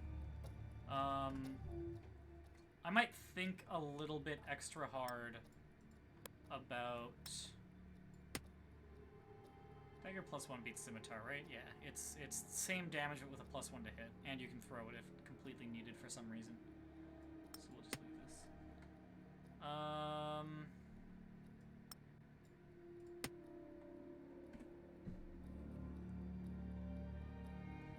So who gets the shield?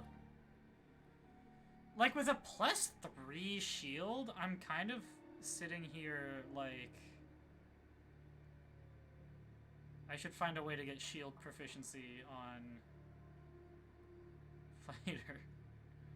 Like, that might be worth a feat. Getting +3 armor class. Like, +2 already is, but yeesh. Like, we had our 17 strength and con, so the plan was to boost both of those, but, like... And there's that one that lets you hold shields, right? And then gives you the reaction to, like, do a pseudo shield spell kind of reaction, too. Might be worth it. For the meantime, though, out of our 2 shield holders, I probably want to give Wizard the +1 shield. She just has the lower AC at the moment and is more likely to end up in melee because there's more that she can do in melee. And we can just drop this shield. Well, maybe we'll hold on to it while I have like the room for it in case I do get around to deciding to give Fighter the shield proficiency. Okay, so we need to hand off some of these other potions.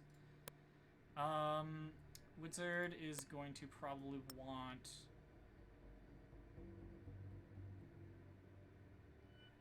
Greater healing. We're gonna have 2 on Fighter, and it's fine.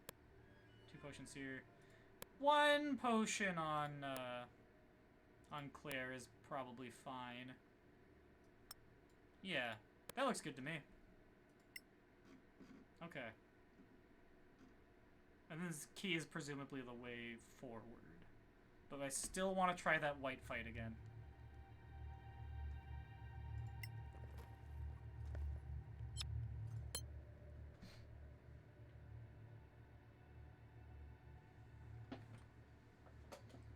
Oh, I was gonna see if there was anything to craft. I forgot again.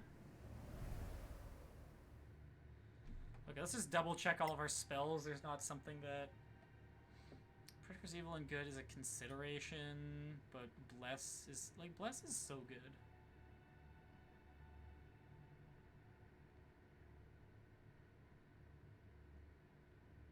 This looks fine to me.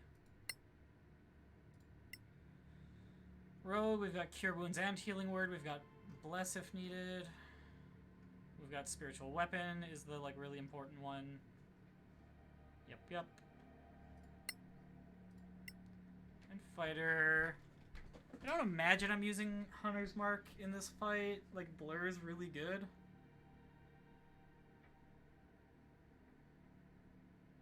Yeah, this looks fine. I don't know, maybe like I run out of Blur and like we're doing the 2nd level False Life, I think, so. Okay. Let's get out of here. This was the place we like needed to get to in order to progress down here, probably.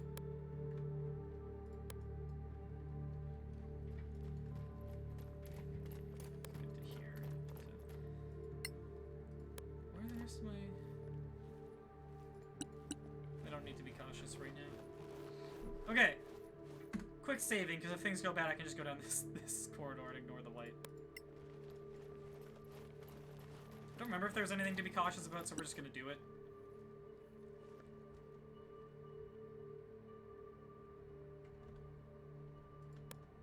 Didn't? Ah. Yeah, there is a button. I just...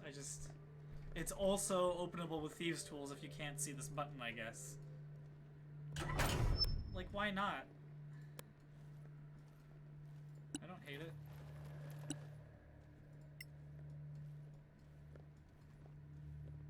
That was just empty. We'll check this one.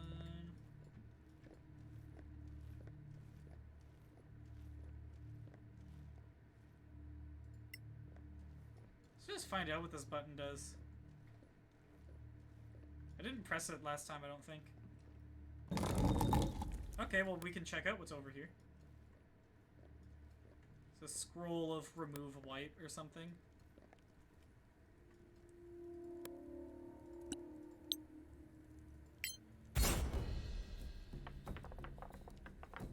You want to select the one that has stopped moving in those situations because it'll be able to act right away. Resist fire, that is good to know.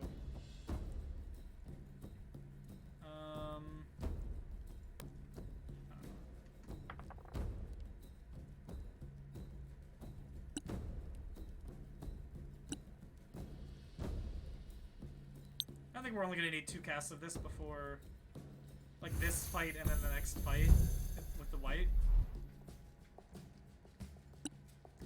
I think these are resistant to non-magical piercing, but let's find out.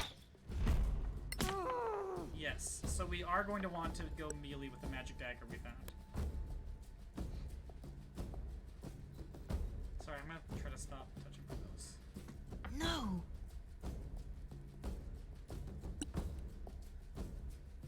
We got enough spell slots to cast Bless here, I think.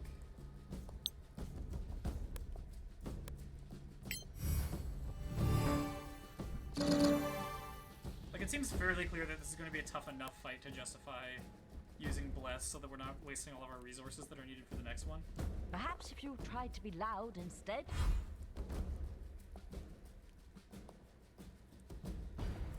And then fighter... Like, we're not using Blur this fight, so...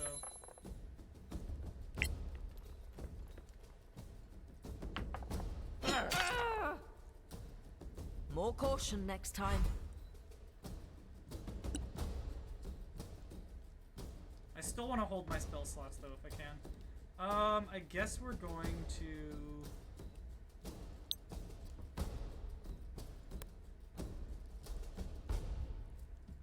Where's the other one? It's like really far, okay.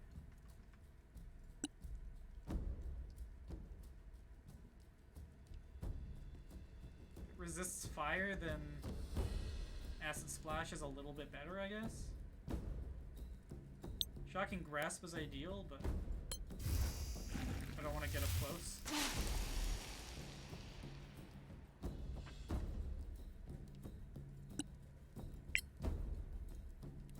Ah! 10 damage! Nice. See, this is like rogue stuff.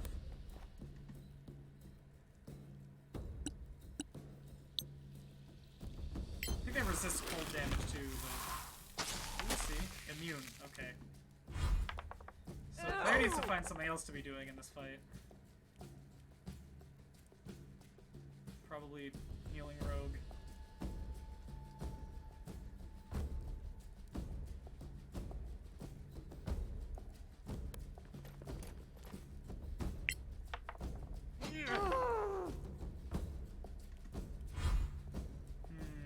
This is not the best situation.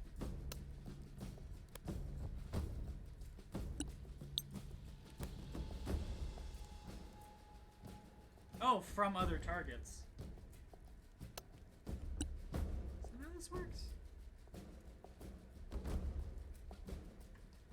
We should have said something about how far they could be. Oh. This gets shocking, you know?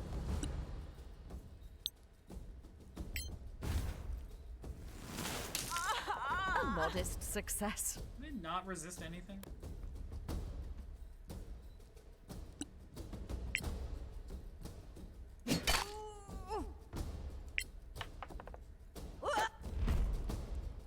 That hit on a 2?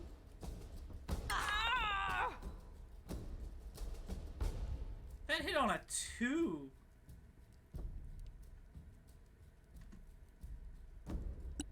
Okay.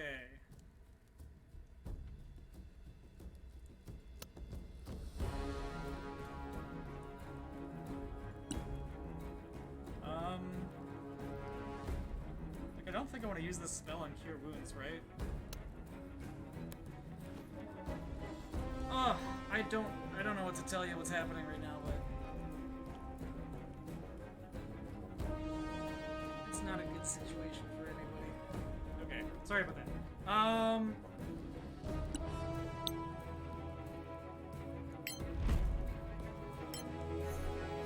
use lay on I owe you hands one. early. You know, just in case something bad happens. Oh my god. Ow! This is really bad.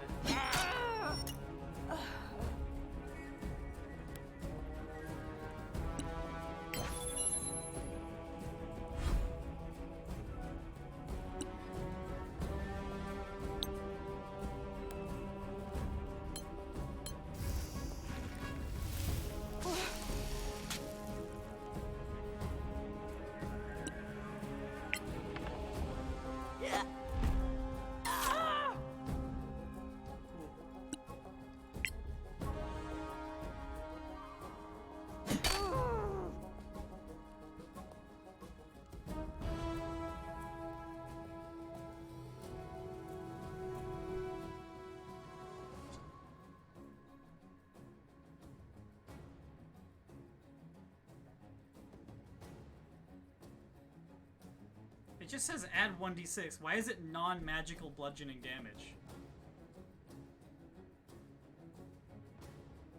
I assumed that it would count as magical damage, at least if I had a magical weapon. That's so weird.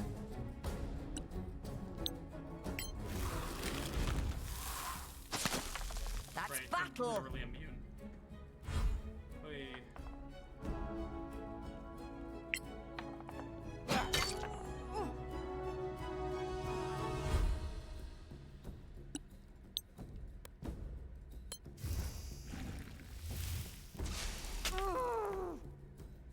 Resists that too.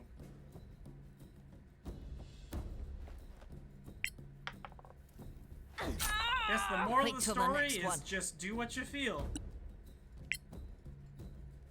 Like, why is he resistant to a whole bunch of kinds of magical damage? That's just weird.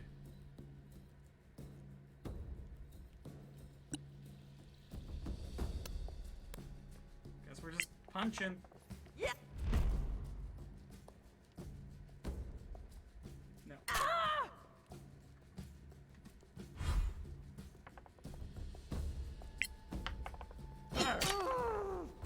Like, how good is Battle Cleric? Seriously. This would have been a so much harder fight.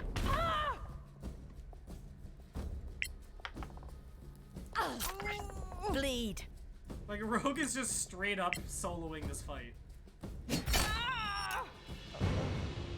That was nuts. Okay, so we're gonna need another short rest at least.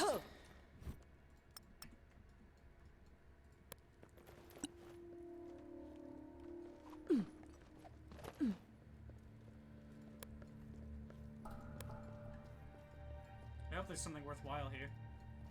Well, there's a Sorax statue, so that's probably like some good foreshadowing.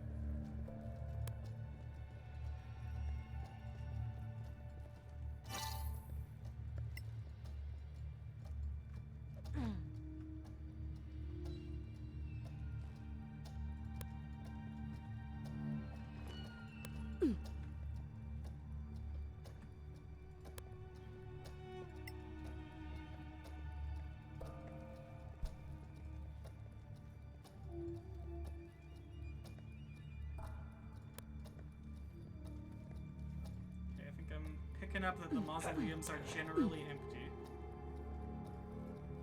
What on earth? Is this a secret door?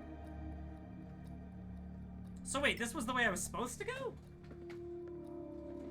Wasn't there like a secret door for me to get here? Isn't it like possible to miss those? Okay, we're short resting.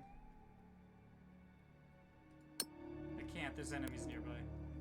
That tells me that I was right to want a short rest. Oh my goodness, this is, huh. This is a situation, isn't it?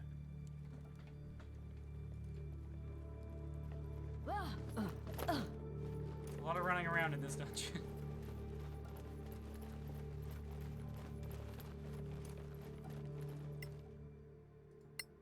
Gosh, I've been on this floor for like 2 hours and it like doesn't feel like I'm making a huge amount of progress.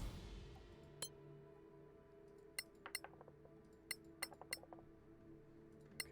Well, we're doing pretty okay on resources at any rate. So let's head over here, see if I can... Yeah, so we've opened this door successfully.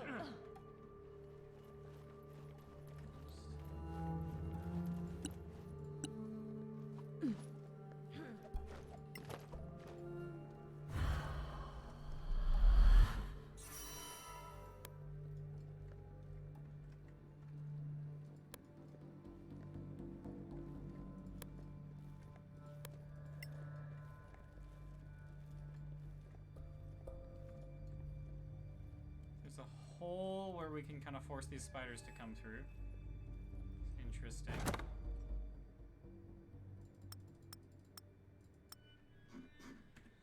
Rations are nice.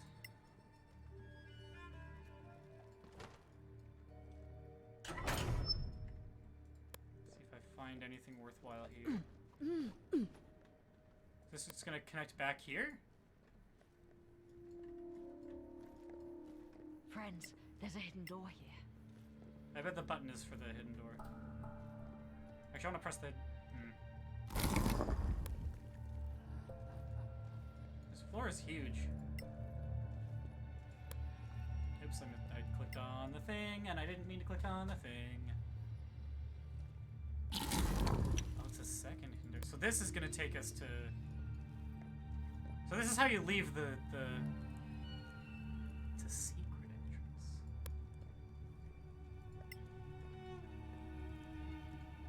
Interesting. So I think we want to, you know, dungeoneering stuff. We want to keep going through this area of the, I guess, lower necropolis. See if there's anything else to get, such as experience. Yeah, we're close to leveling.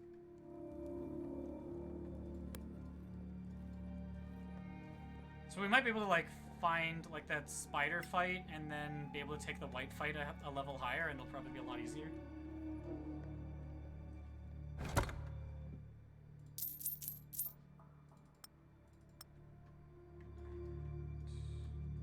Chest. It's gonna tell me that I can't do this without thieves' tools again. Okay, so since I'm kind of planning to do a long rest... No, if I come back through here, then I'll try to open this up with knock.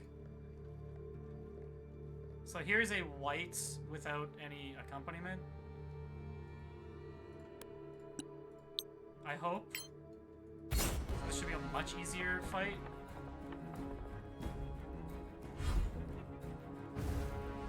And it'll give us some intel on whites, maybe.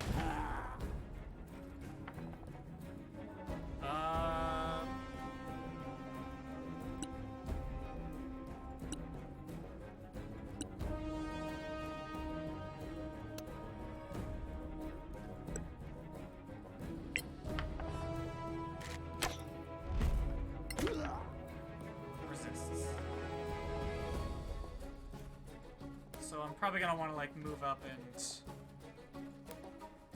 hit it with a magic stab.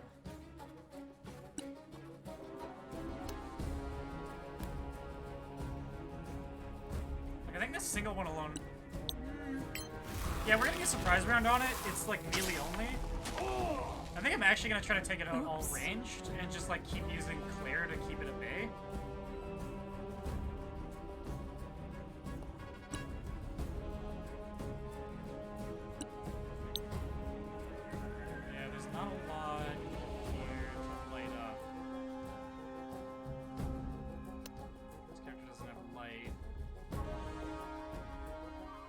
I don't know, do I want to just go toe-to-toe with it? Looks like I'm beating it.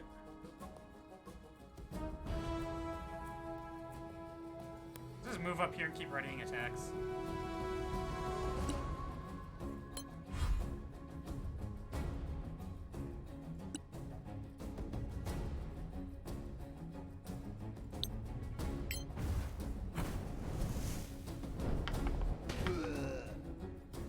That wasn't smart.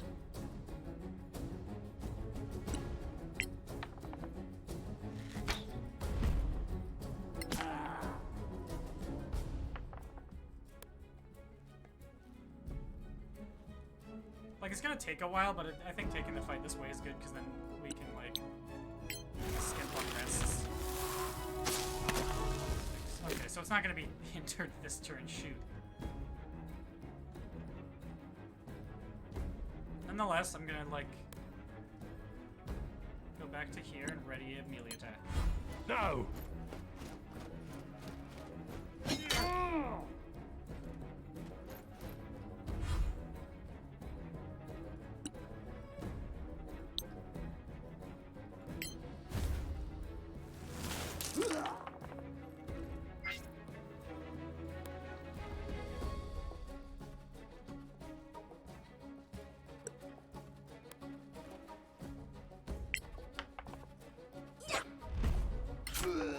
Again, harder!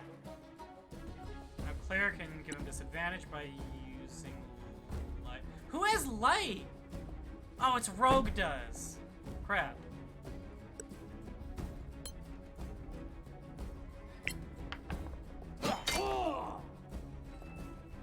Magic weapon would be pretty sweet.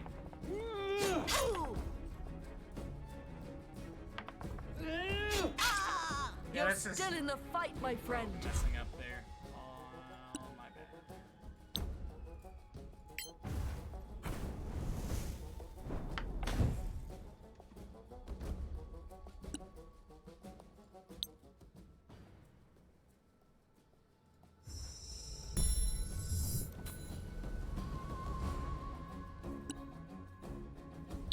I feel like a healing word on myself is fine.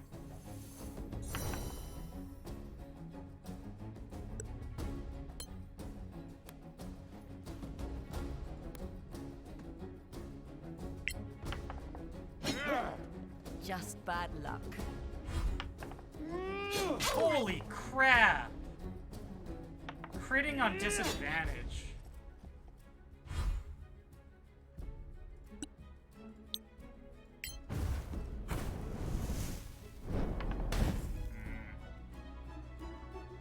Maybe I should be using Shocking Grasp there because I know that I get advantage from the metal armor.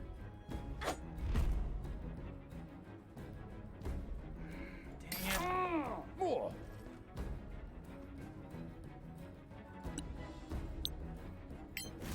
I probably didn't need the strength there.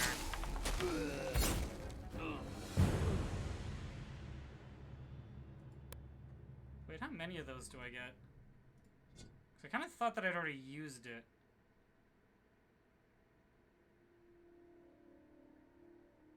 Once between... It's a short rest! Okay.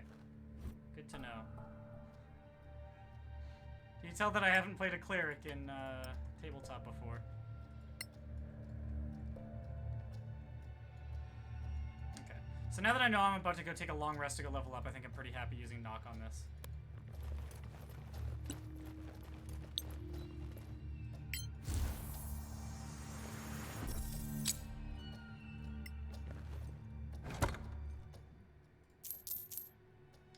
5 darts. I don't think I want that. Jeweled bracelet, a sapphire. Crafting basic poisons. Not the best chest, but at least I could open it, you know? Okay. So we're pretty well positioned. We're gonna take this rest. And then I'm gonna make the... I forgot about this guy in the corner. There's 3 of them, eh? The light made the difference. That's interesting.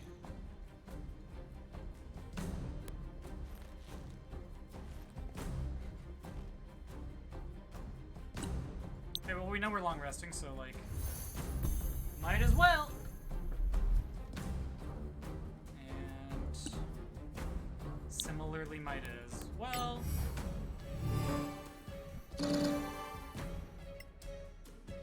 Oops.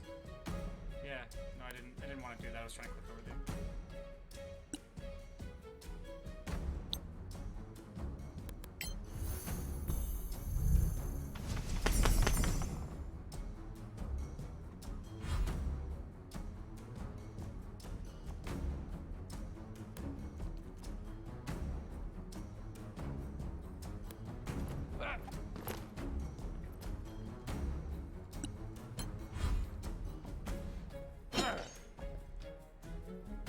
it says dead when they aren't actually dying. Gets my hopes up. Okay, game is lagging, trying to figure out how temporary HP works, I guess. These ones are far enough that we have like a bit of an advantage here in this fight. They're like isolating themselves. Ooh, I did not... Why did that happen?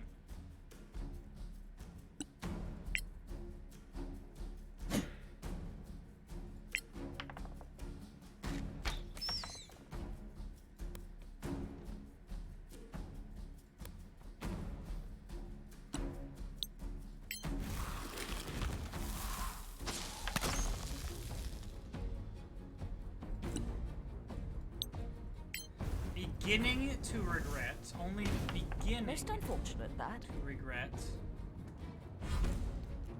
my decision to give one of my characters only cold damage and no other ways of dealing damage. Starting to seem like that might not have been my brightest idea. We can try bludgeoning against these just in case. I think it's non-magical that they resist, though, not like specifically whatever that was.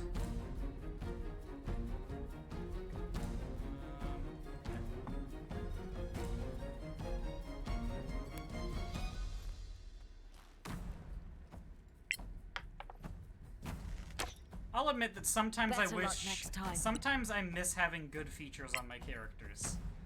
That is something I sometimes miss in this game.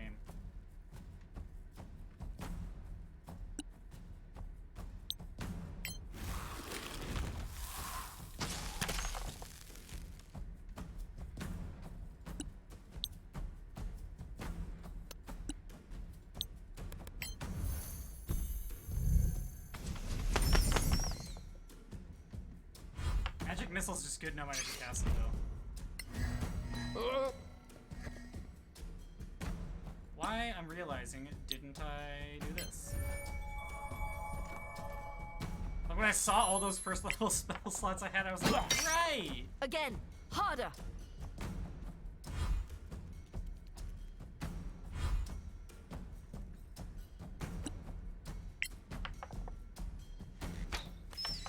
Ooh, good one.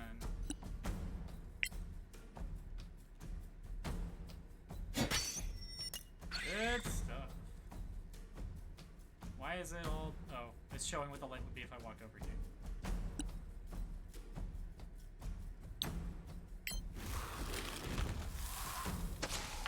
Come Absolutely on. no way we lose this fight.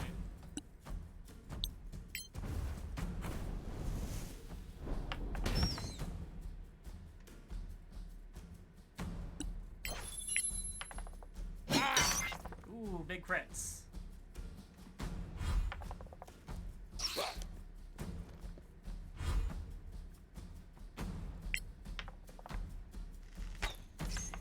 You'll die like the rest.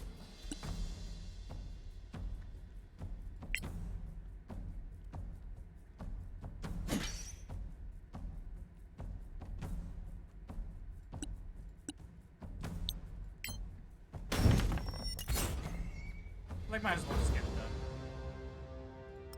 done.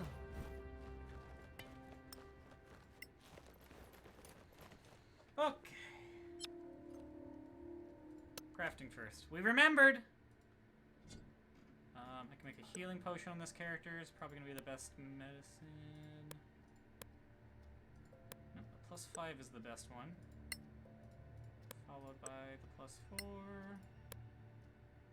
We can craft a lot of these. Finding the ingredients for Mace of Acuteness would be like really swell.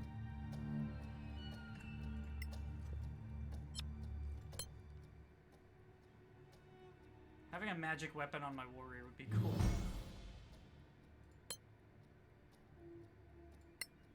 Honestly, there's an argument for giving the dagger to fighter.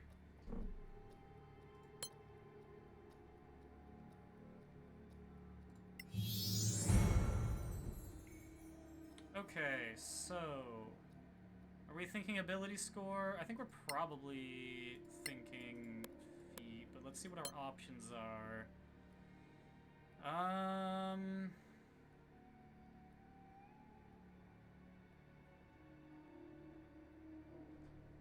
Like, stats that would be the most important would probably be either charisma or intelligence. Intelligence is going to help our attack rolls. Charisma is going to help how many spells we can have prepared. I think we care a little bit more about intelligence, but it's kind of whatever. We have an odd strength, but I don't think that matters too much. Train and maintain concentration in those extreme conditions. Yeah, maybe.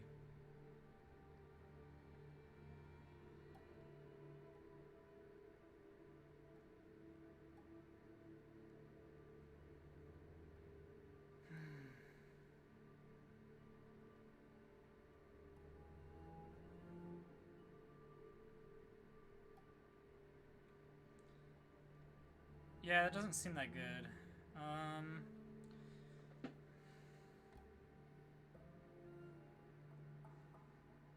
If we're worried about cantrip damage... Okay, I need to figure out what's causing all of this, like, sneeziness.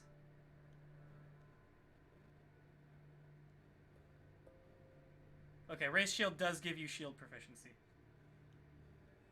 That sounds pretty good for our shieldless fighter. But the +3 is only versus ranged. And it is a character. See, the thing is, though, then you can't, like, cast spells right away. I don't know, I don't think we need it.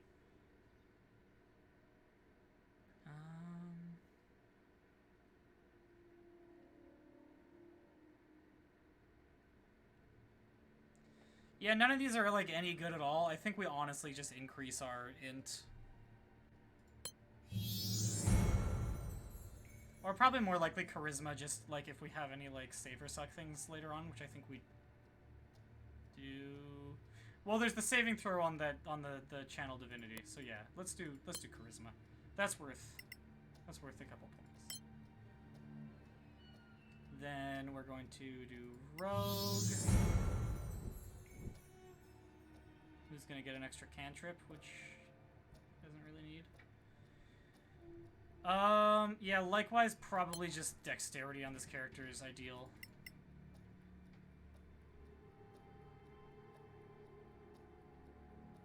Yeah.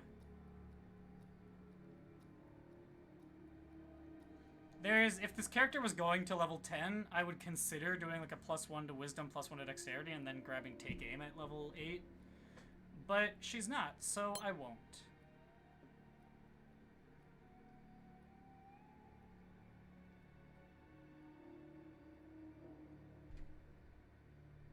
I guess there's no reason not to take this. And then Whipthird, who probably just wants more int, yeah. We don't have int saving throw. Well, +1 and +1 to con would probably be ideal. So yeah, it'll be ability score. These abilities are so low.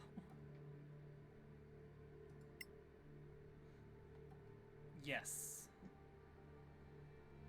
That's, yeah, it seems like there's no way that's not what we do. We can grab the burning hands that we were thinking about before.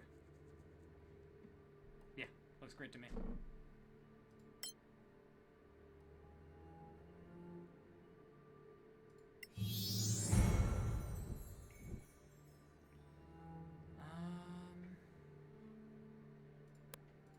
Another peek at the feats.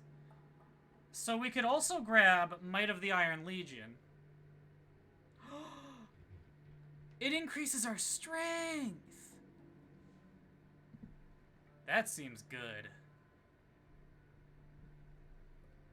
Access to heavy armor.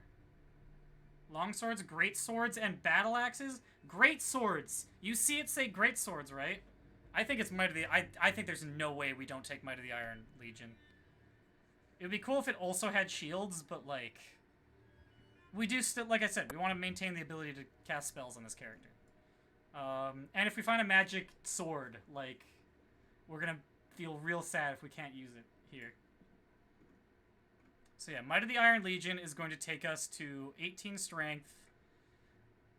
we're losing 1 hit point per level, but we're gaining heavy armor. Who cares? I think the heavy armor is more valuable. Like, we only have 16 armor class. Which means that at the moment, having heavy armor doesn't help. Because chainmail is also set to 16. Are we going to find plate mail in this module, do we think? If you're running a 1 to 6, it feels like coming up you probably want something like half plate coming up soon. Oh, this is risky.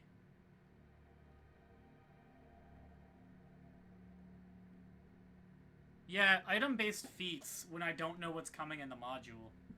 Ooh. See, this is a downside of, like, running a module where, like, you never have access to any shop ever.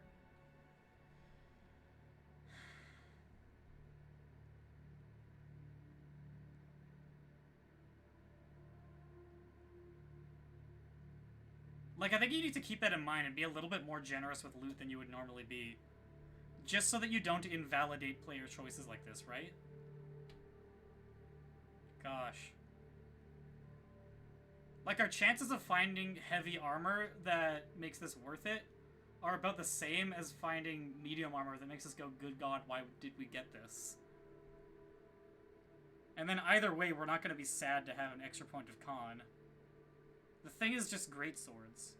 Like, the thing is just great swords, which we also haven't found any of. If I was lugging around a great sword because I knew that I had a chance to get this, I think I have to up my con. That's rough.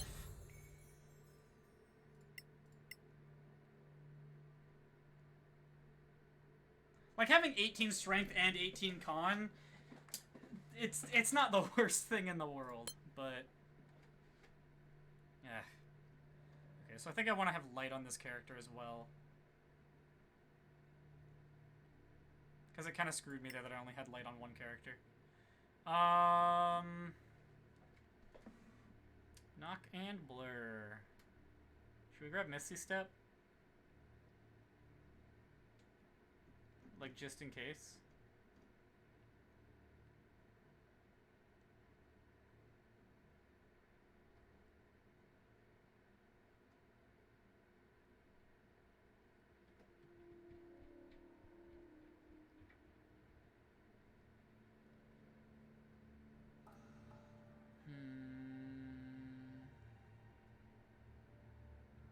Like, out of all these options, what else do we want? We've only got a +2 to int. See, invisibility maybe is worth having on someone.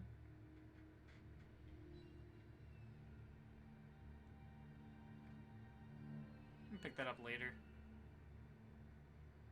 Oh, we can pick up 2, hey?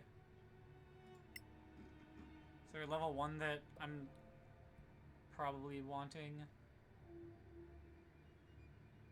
No. Okay. Prepare spells. Not Expeditious Retreat. So now we can maybe start running, like, Goodberry.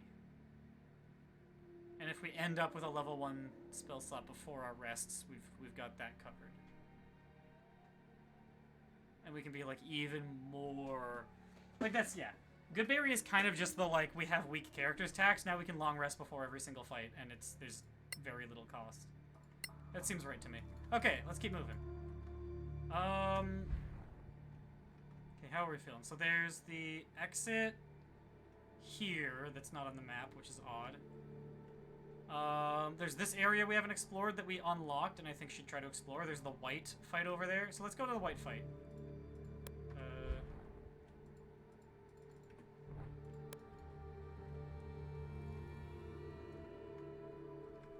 Like, I'll do a quick save, throw up false life, and then attempt against the white again. Look at this 38 HP I have now because I increased my constitution. That was the right decision.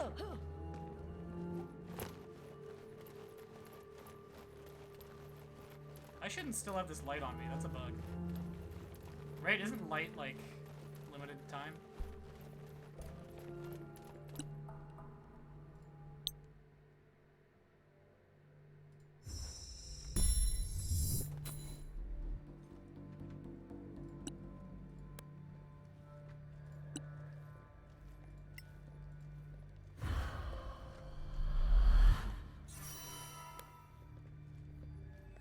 $51 HP. Yeah, we're gonna do okay. You got a hidden door.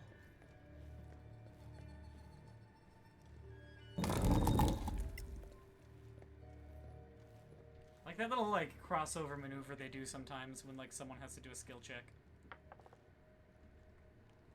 I am continuing to forget guidance. So if we, like, step... What is it we stepped on that? I think it was, like, over here, going up to the chest made it trigger. I think our strategy was essentially sound. We want fighter just, like, causing trouble over here. While...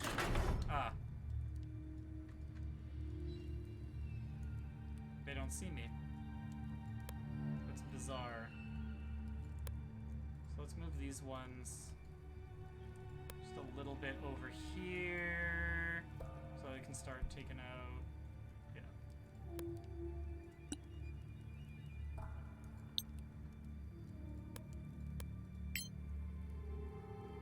And then Rogue is going to... No, I don't think we want the poison here.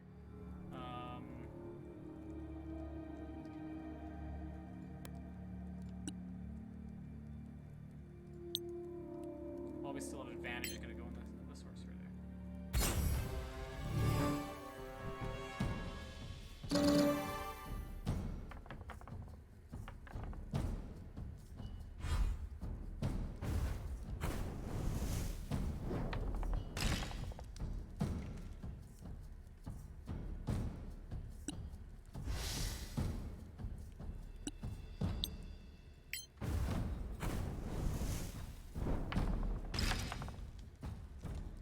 Okay, pretty good start.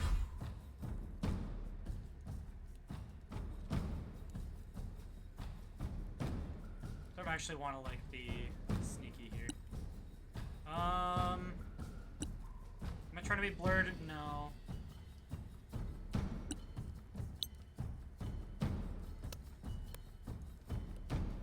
Even the dead could hear you.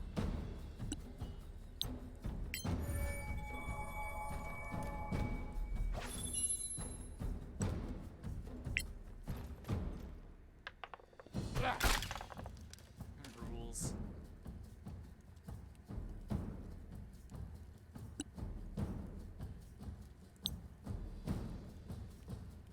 Can I see...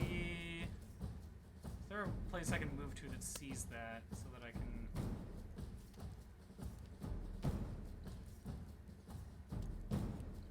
Nope. That's too bad. So I think might as well just, like, keep going on the sorcerer here, burst the sorcerer down as fast as possible. It's a use of shield, okay. Rogue, then, is going to want... I couldn't do this before combat started, because it would have just started combat to put it in range anyways. I guess I might as well hit Knight if the shield is up on the sorcerer.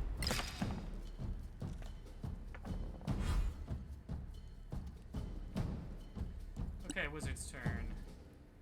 Are these close enough to hit both with Acid Splash, actually? No, they gotta be, like, directly adjacent, okay. So with Shield, Magic Missile doesn't do anything, so that kind of sucks. Because my plan was to use Magic Missile the next turn. That was a pretty good use of Shield.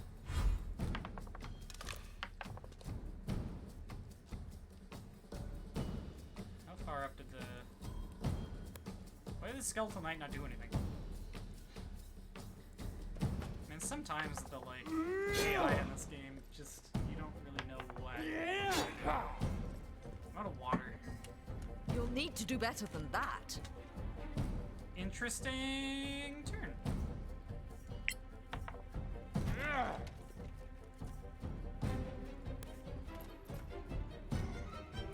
Interesting turn, indeed.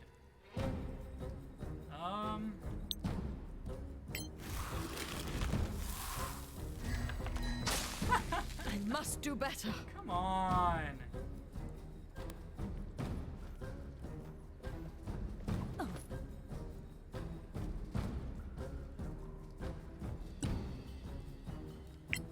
So I guess we're just gonna focus the knight for now. I was supposed to do frost on the skeletal knight anyways, to keep it away, but what are you gonna do?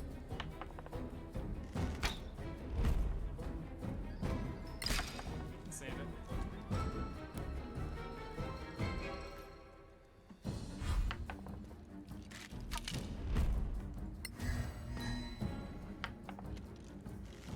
Ah! It's the holding concentration though, so it's not too big a deal.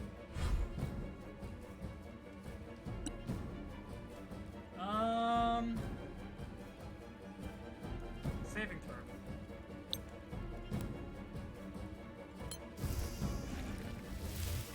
Let's see if shield deal with that. Boom, 4 damage.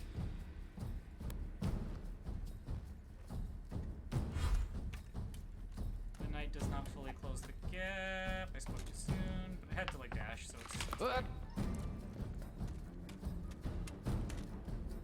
Why didn't I get an attack bonus? Ooh,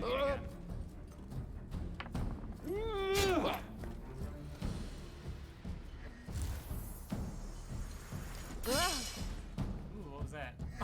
You love to see it. Oh my god, the skeletal knight got slowed and the other ones didn't.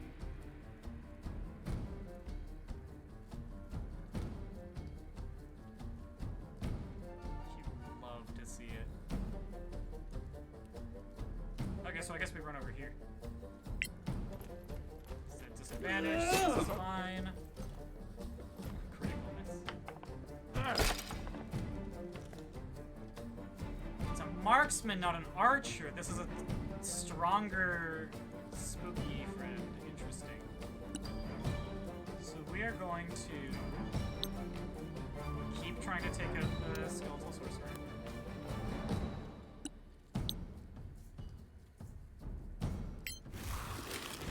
Probably wanted to use the blinded thing this turn, actually. Oh, bad luck. We've got it for next turn. Bring this forward a bit. And I guess we're already in melee. Yeah. Wish we were more slippery on that character. Oh well. See, the fight's just gonna be so much better when I've got all my resources with me, right?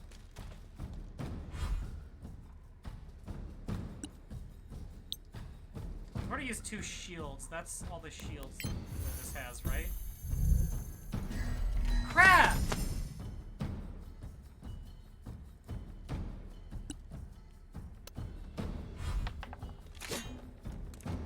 I should have done like 1 onto that one and 2 onto the archer here. That would have been a lot better. Oh well.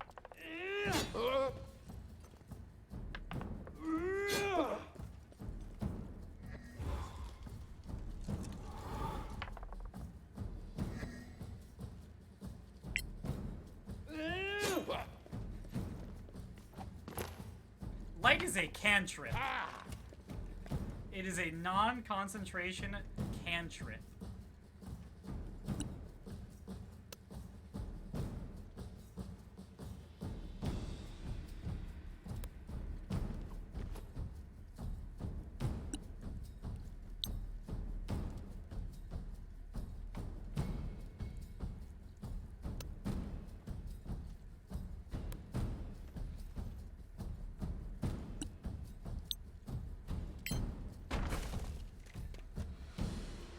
Okay, I blinded the sorcerer at least. Skeletal Knight slowed. Right, I should have backed away from the Skeletal Knight. I'll do that next turn. That was silly. Okay. Advantage to hit the sorcerer.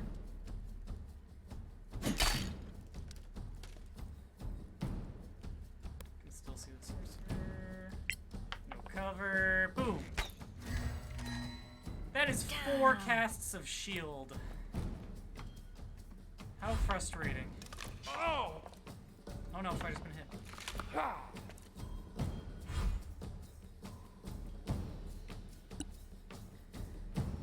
Okay, well.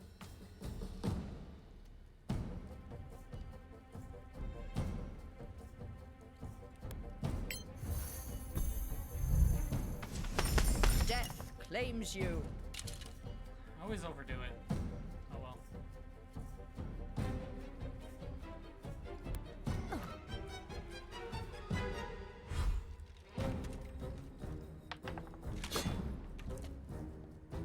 Still slowed. Characters can drop concentration on slow anytime they want. It's weird that like the slow is being held up.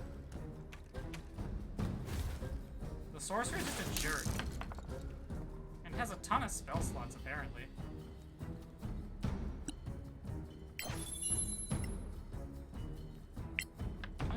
What? Okay, send someone to restock the gems for some reason is an important piece of combat intel.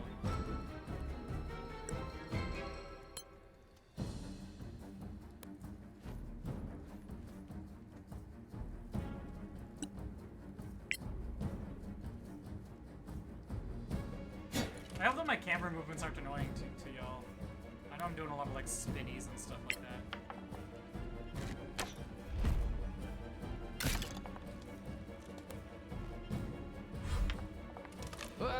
It's still there.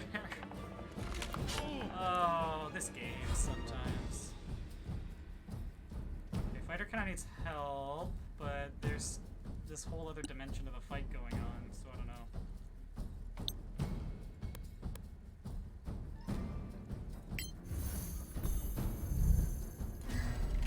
How? Five level 1 spell slots? And the one used for shock. It runs out, right? I'm so sure I've seen it run out.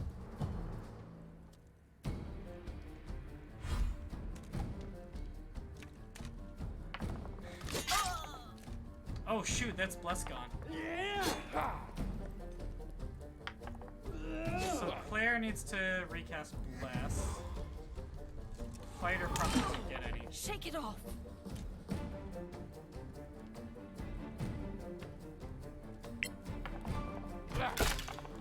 Big hits. Good stuff.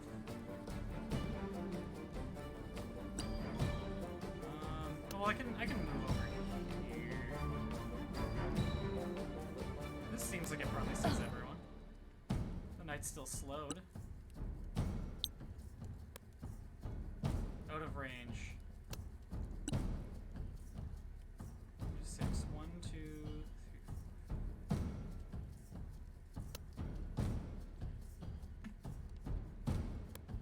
Just in case it doesn't count diagonals how I want it to. Yeah, that's out of range now. But this one's in range. 1, 2, 3. Yeah, I think I need to be standing where Woods is standing. Whatever, I need Bless.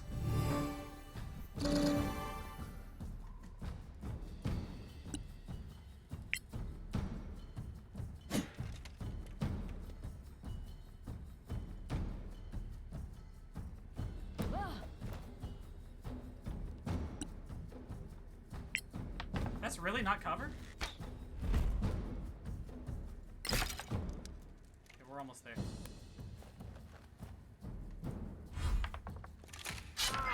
You're still standing. Oof. Yeah, this marksman, like, must be some similar CR to, like, the white. It is putting out a significant amount of punishment.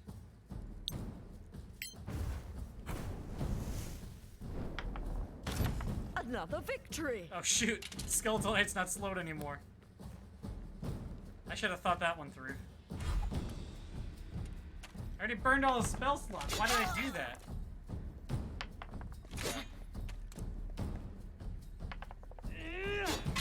Okay, so Hold firm. fighter needs clear You've stuff. endured worse.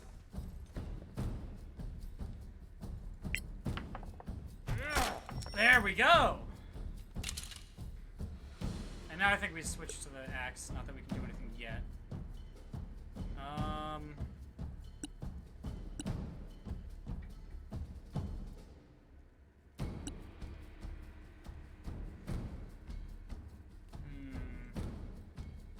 Protector is evil and good on myself. Let's dodge.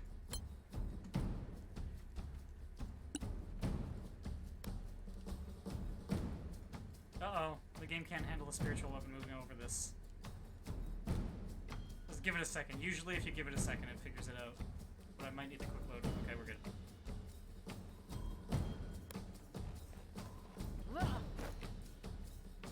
Take the attack that we've got. It's time.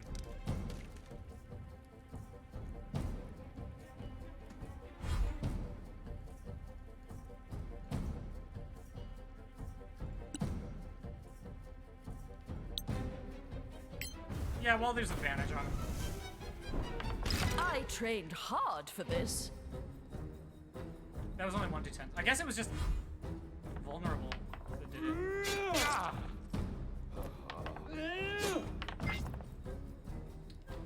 Claire didn't get a chance to get over here. That was kind of the main reason that I stunned the skeletal knight. I didn't think that through very hard. Well...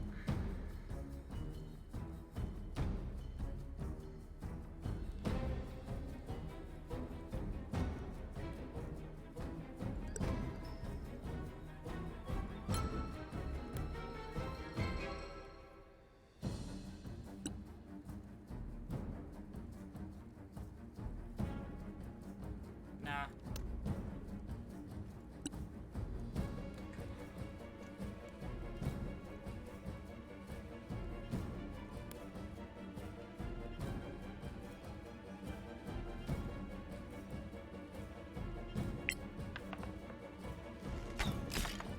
No quarter given. Go over here just in case the skeletal knight chases rogue, because we don't want that.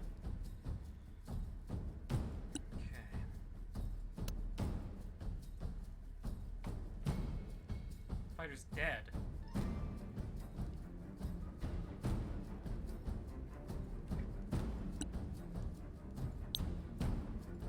Like that.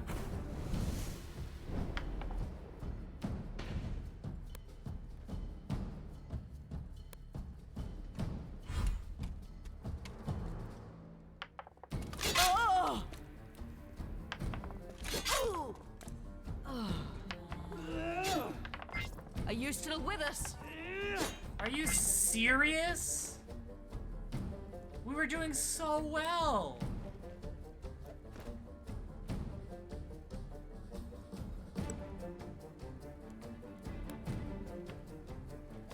Maybe the sorcerer isn't the right call to focus first. It was so much harder than I expected. Probably the marksman needs to go down. I might have to do this fight a third time. God, they're both dead. Yeah. One more try. One more try. We're wiping and trying one more time. Just at the, like, autosave here. Goodness gracious. While it's loading, I'm gonna grab some water real quick. I'll be right back.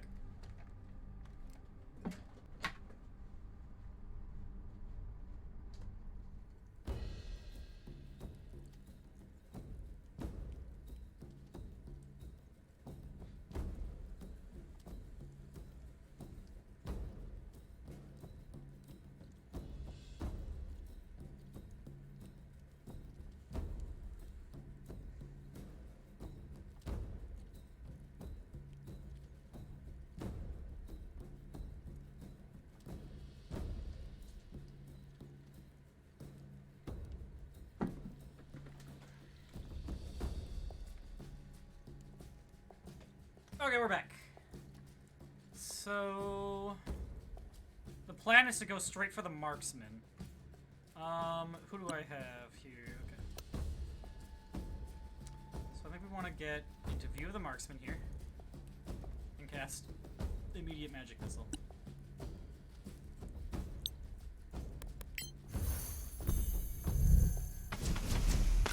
Baptize. Decent.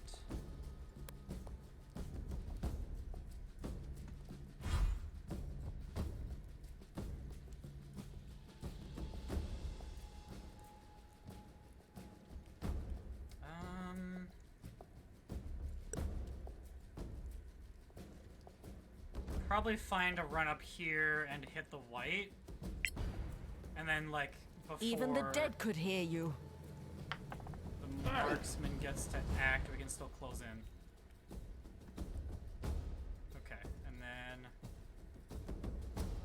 Claire, who's already blessed us, still wants to Ray of Frost the Skeletal Knight. Not this round. Nope, yep, this round, because the Skeletal Knight goes first. And then move up, like, over here. And now the Skeletal Knight takes longer to get to us, so that Hinder does a lot for the action economy. Here's fine. And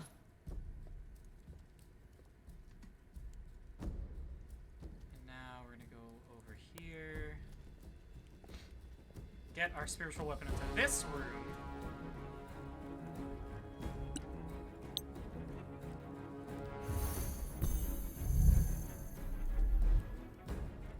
Attack the skeletal marksman. The actual boss of this chapter. Clumsy idiot.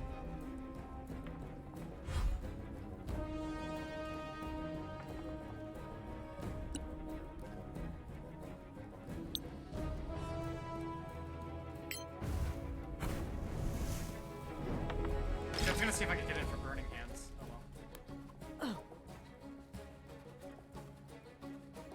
Like here. Could still get like a really good burning hands next turn. You'll get us all killed. Wow, well hindered too, eh?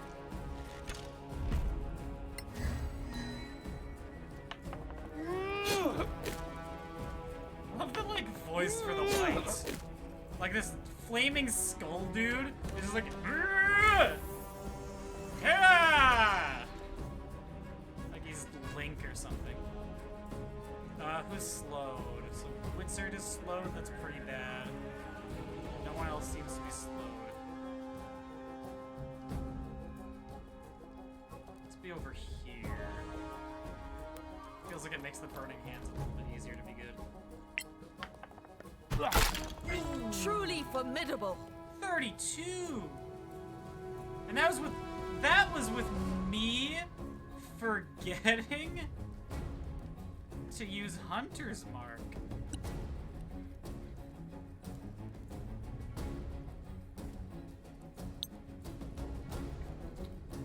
Continuing to hinder the knight's not really gonna do anything, so we're just gonna go back to the marksman.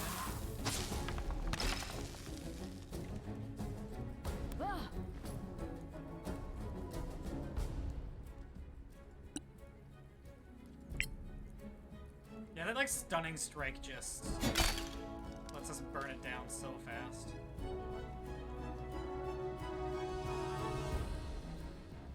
Take this attack. And then I think we're gonna switch over like this and just kind of chill out with the knight here. Yeah, we got burning hands on this character. So what does this look like? Yeah, I can position a thing that looks like this. Ooh, no. Hang on. Yeah. Yeah, so if I go right here... Not quite. I think this is still worth it, though.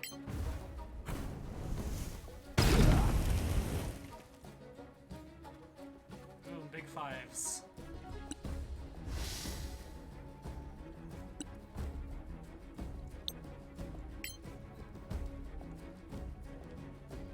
Forgot about slow.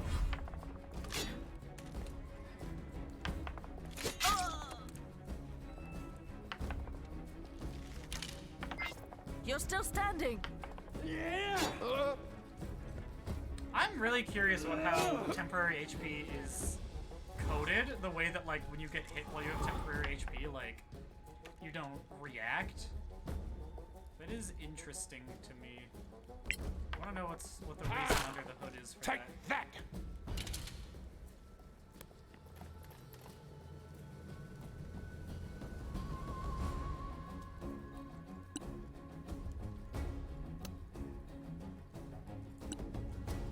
Okay, so how's this looking? Okay, looks like if we fall back one space. Yeah, we can hit all three! Come on. With disadvantage, every single one of them? Ugh. Can't see this character, so we're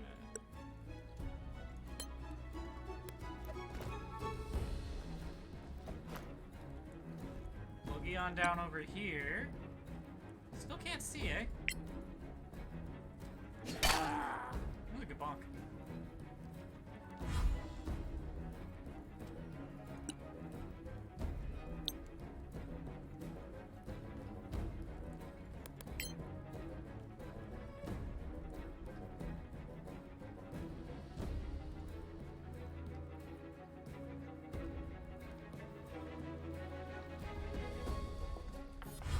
The spellcasting still goes on like my next turn or something, right? It just takes 2 turns? Or did I misunderstand how slow it works? Maybe I should have been like casting cantrips until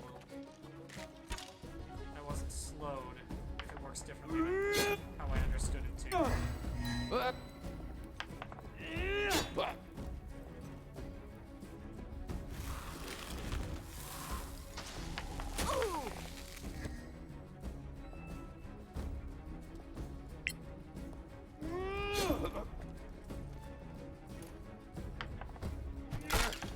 More coming your way.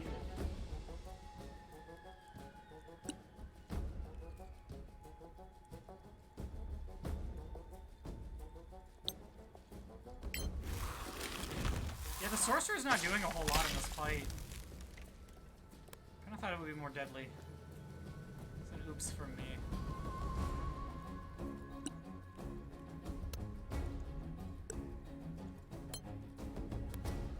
Halfling things.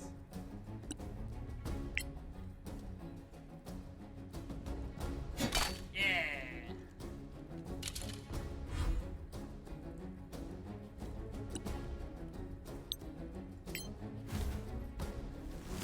I think Wizard can like just sit here too.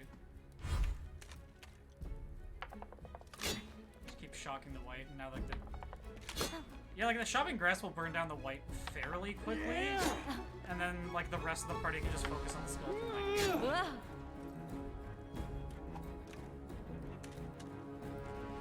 this is going immensely better.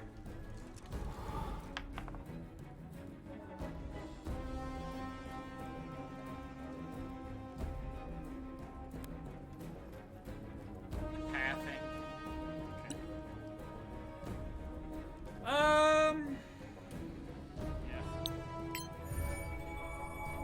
It's a little annoying that I'm like only now casting it, but it's still pretty good.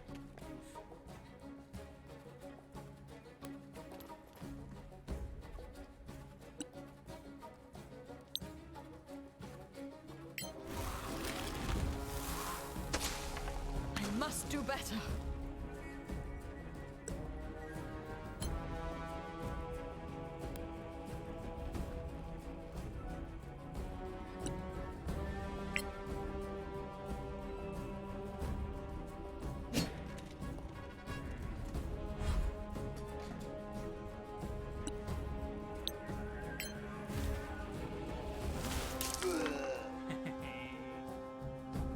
Love it.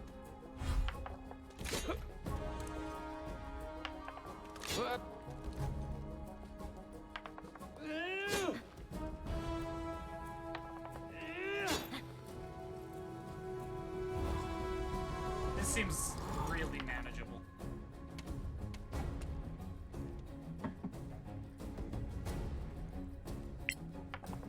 Yeah.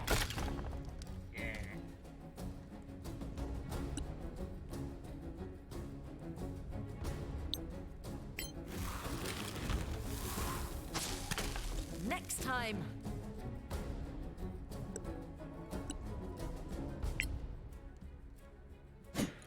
I think Skeletal Knight, but not the white, is resistant to piercing damage, so I'm gonna hit the white here. May have gotten it backwards.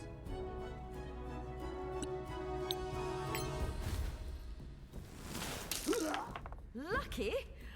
Perhaps.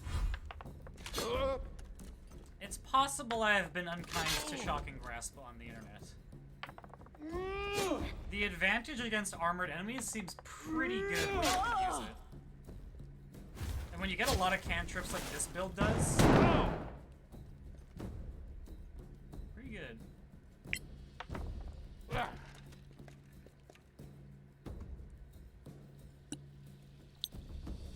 Wish the Skeletal Knight's armor class weren't so high.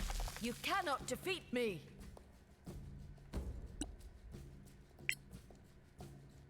Bonk. I just love the spiritual weapon animation so much. Just... warp.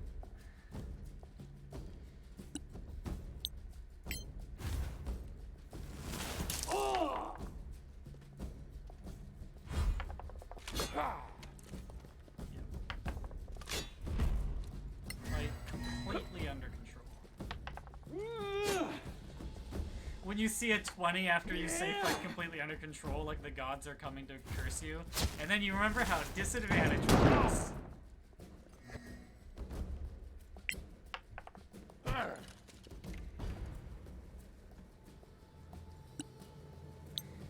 This is the other thing, though, about 5th Ed combat, is sometimes you get into these situations where everyone's where they're supposed to be, and you just kind of sit there, everyone using their best abilities for a while.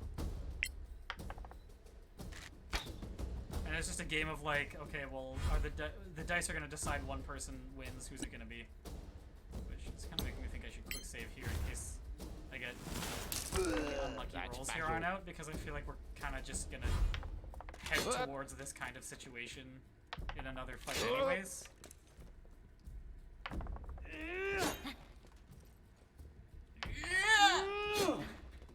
It's so funny. I'm out of Hunter's Mark. Blur's not really gonna help me against this nonsense. And I'm having a lot of trouble hitting the knight without Bless up on me, so... I kind of like shadow armoring here. I'll remember. I will remember healing myself, me. I've been a scholar and a gentle dwarf. Thank you, me. Guys, is Fighter okay? Oh nice, 9 force damage. Oh nice, 4 piercing damage.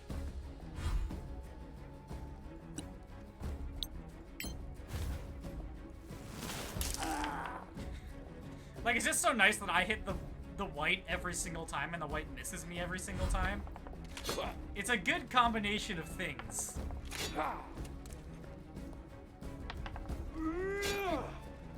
Like, the white has permanent disadvantage. And I have 18 armor class because I have a +1 shield. Haha, successful wisdom save. There it is! Now we can come up here and threaten the sorcerer. This fight's almost over. I can come over here. Like, the Shocking Grasp is the best way to finish the white off, probably.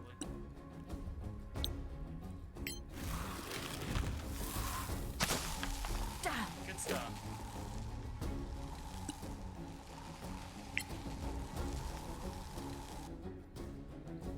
Bonk!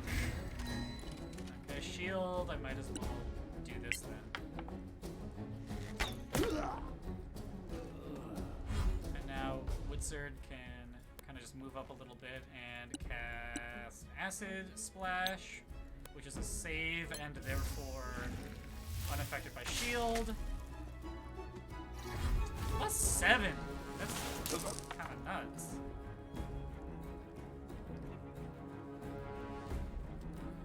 No spells, just vibes. I don't know what I was gonna say there.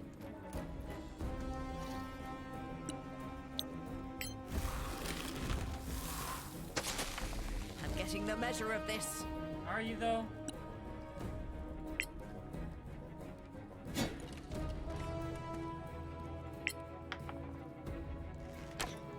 That mother hecker has covered.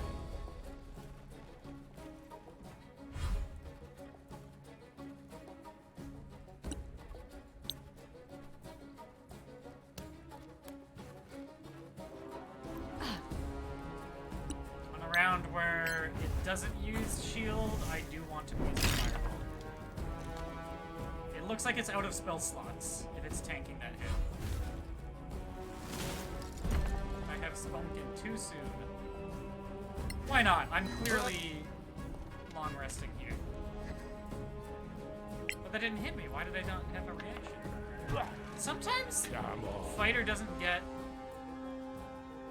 like opportunity attacks. I'm not entirely clear why, and it's just a little bit weird.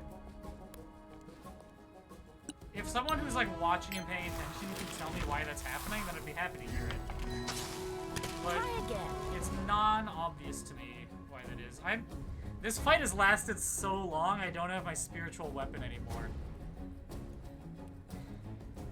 This party was a bad idea. The hilarity of these builds is not comparable to how stupid it is to have to take this long in every fight because I have no damage. I guess we're adjacent, so we're just gonna keep doing Shocking Grasp. There we go.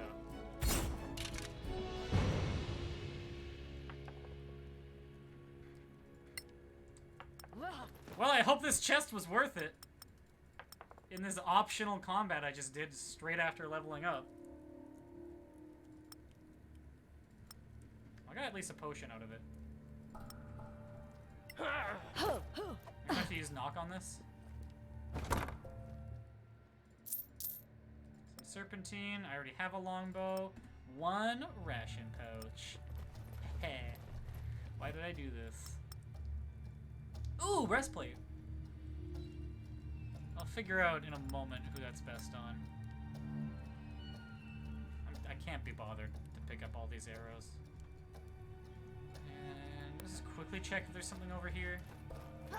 I know this is just gonna say the mausoleum's empty or that the door can't be opened or something like that, because that's what they all say.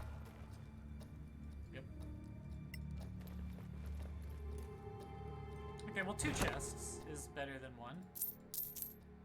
More projectile parts, silver comb, all this like jewelry and stuff that I don't care about because spells don't exist, or shops don't exist, sorry. Spells definitely exist. This run would be going a lot differently if that were the case. But shops don't exist, so like all this gold and jewels just like feels pointless to me. Like if I ever am over encumbered and I've got like millions of dollars worth of jewels, I'm just gonna go like, well, I'll drop it all. Because I'm not losing anything. Okay. So I have now, I think, more or less cleared the dungeon. Or not the dungeon, this level. There's still the matter of what was over here, but I do think I want a long rest before tackling that. Because as I said, this is like I'm aware that this is a fairly weak party, and I do need to be long rested. We're gonna... I used all my level 1 slots, so this is actually this does cost us rations. I'll pay more attention to that in the future.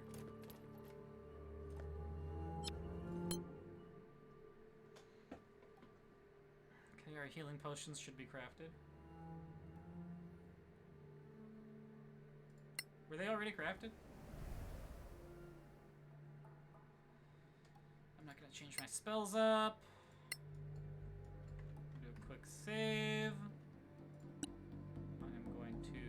I'm gonna start doing level 1 false lives. Like it feels like having the 2nd level spell. No, now that we've got 3.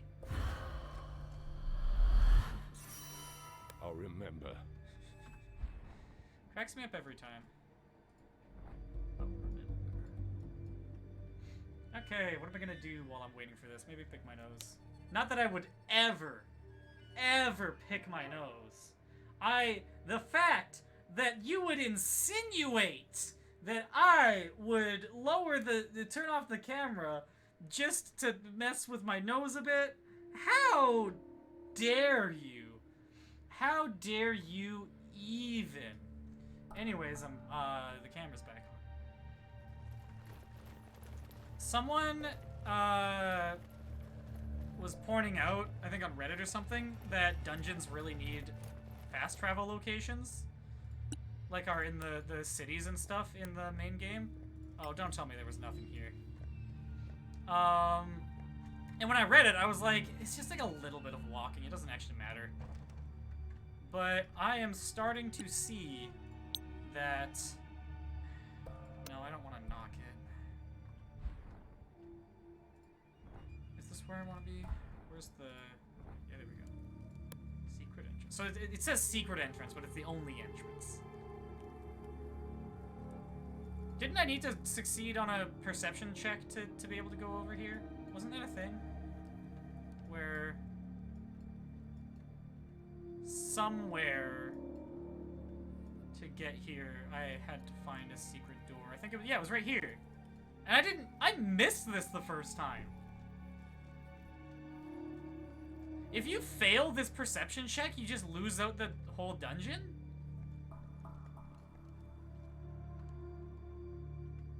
Right? There's no other way to progress.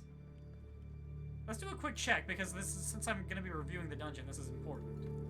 Like, there's nothing over here. I found a silver key at some point that it's been not obvious to me what it's for. And then if you don't go that way, then there was, like, this stuff over here, which ultimately led to, this being blocked, and then, like, the long rest spot here. And then you go here. It turns out there's no exit. There's no exit here. This just open to this thing. Yeah.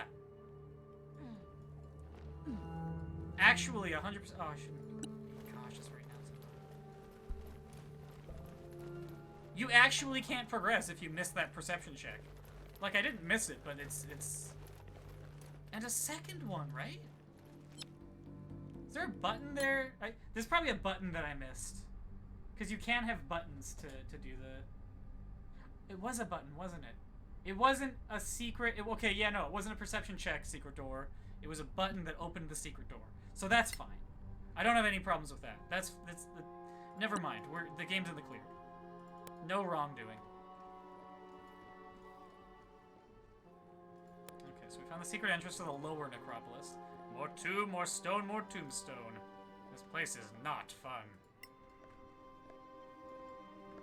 There's a box. I wonder if I can move it.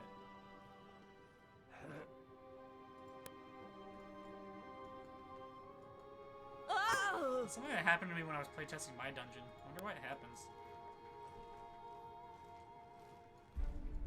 Okay. Is this like a chest? Can you just knock and increase my skull collection? Or, oh cool, a bunch of supplies. Hey, another scroll revivify. Good.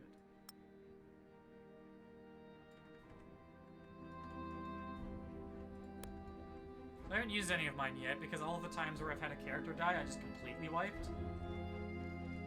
Oh gosh, I've only got half an hour left in this stream. Might try to go a little bit later than that, but probably not.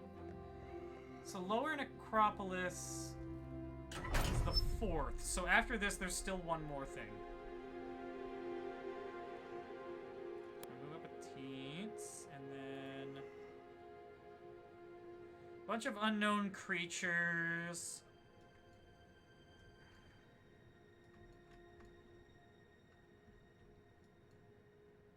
I should bless just to be safe.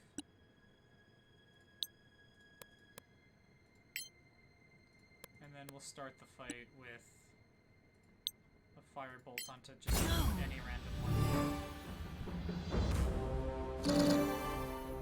The dead message is appearing at like complete random.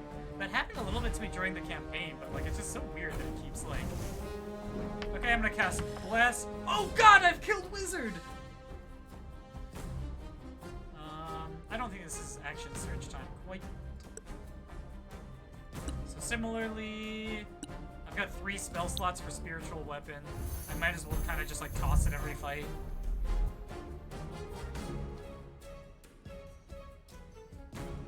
These things don't look tough. Yeah, we're good. We didn't need to use these level. We didn't need to use these spell slots. But there was like no downside to it, probably-ish.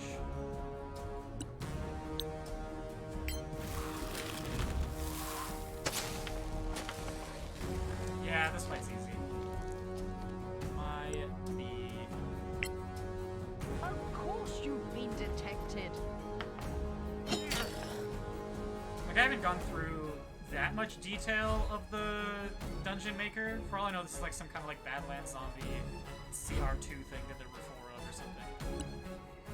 I was not looking to take that risk for no reason. That wasn't smart.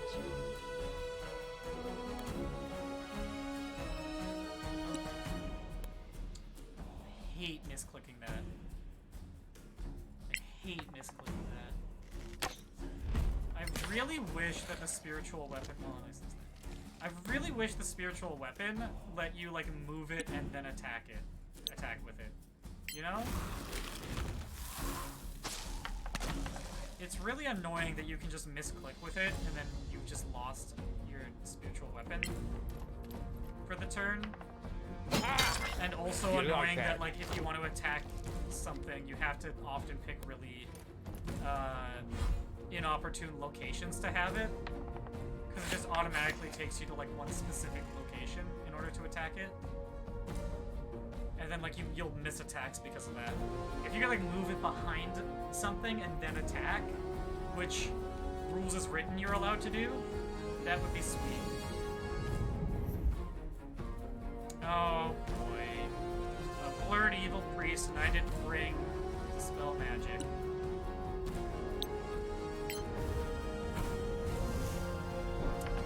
Well struck. So I think we're probably gonna magic missile the evil priest when she comes into view. Big squeeze me? I misclicked that one because I just couldn't click on it, which is really weird.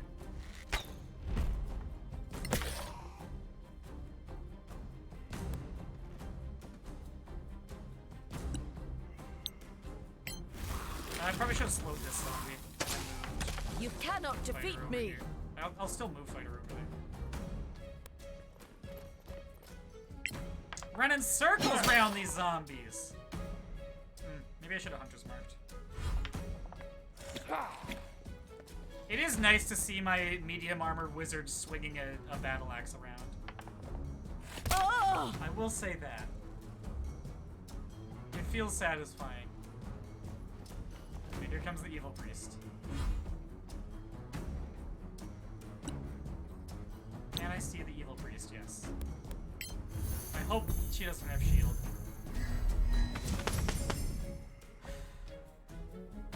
It said priest, I figured it was the cleric spell list. What are you gonna do?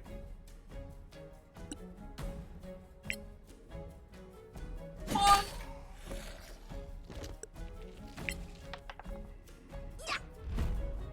I guess there are clerics More coming your that get way. shield. It's just like a domain spell. But you know what I meant. It's fine. At the end of the day, it's a spell slot for a spell slot.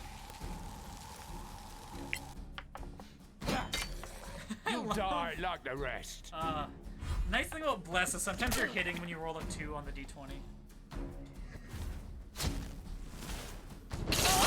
Whoa! We lined right up for that!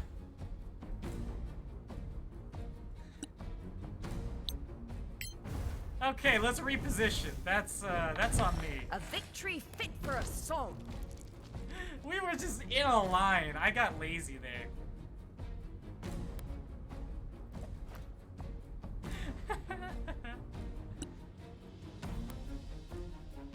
Okay, one tile away. You see what I mean? If I had been able to reposition it,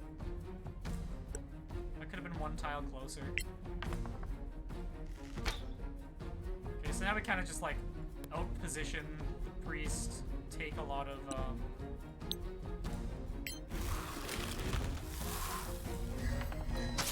camera stuff. Next time. Forced out the shield. That's good. Move up here, because why not? Now you're trapped in this little corner. There's no way this hits, but you never know. There's like a 1 in 400 chance of critting with disadvantage.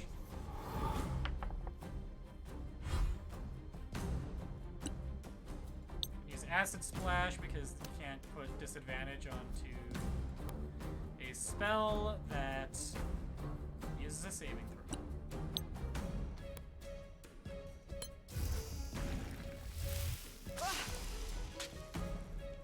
You can just roll a 12 though. God, the stats are so bad on that character.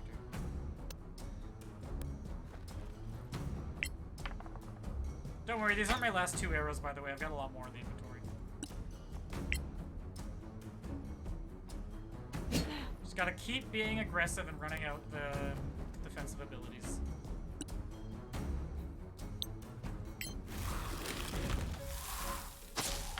Come on. Probably won't take too much more damage.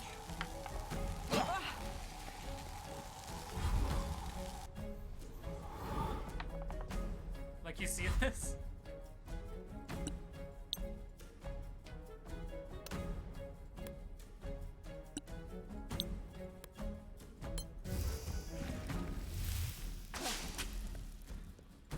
Please stop.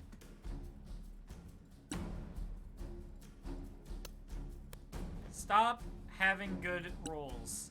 Stop not having bad rolls.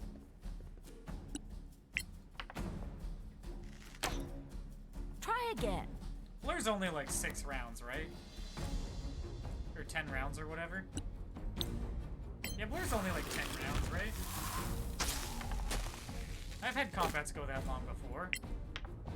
I only need 1 really good hit to like remove concentration. Ooh, acid arrow.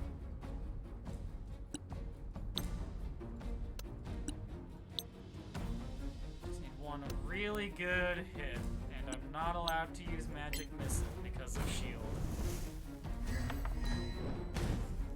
Well, at least I used shield. I burned a shield with a cantrip that time. It wasn't the cantrip I meant to use, but why is?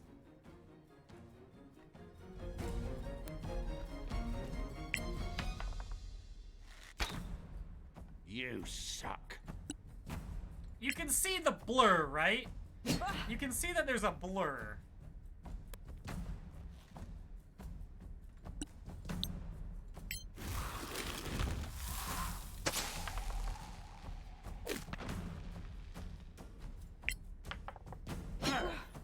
I won't miss next time. This is ridiculous.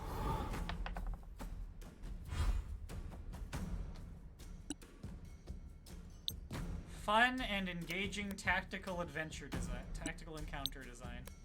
That's what we're seeing here today. Stop. You've won 3 coin flips in a row.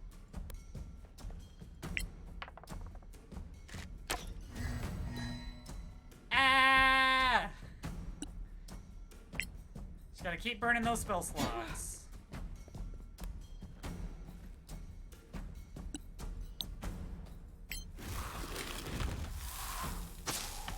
Oh, bad luck. Gotta keep burning those spell slots. Dang.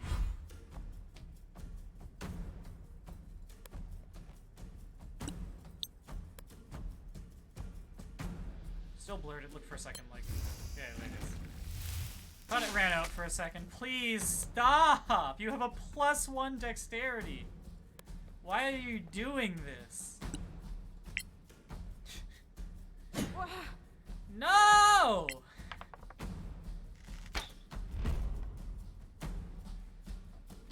I'm real tempted. We can short rest, whatever. Oh, worth it. Worth it. Worth it. I do that every time. I am Run while you pleased can. as punch. Oh, that is satisfying.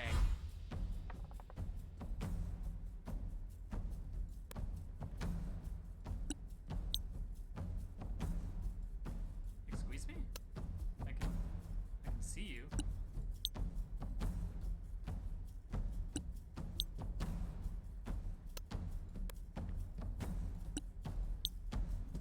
It says I can see her.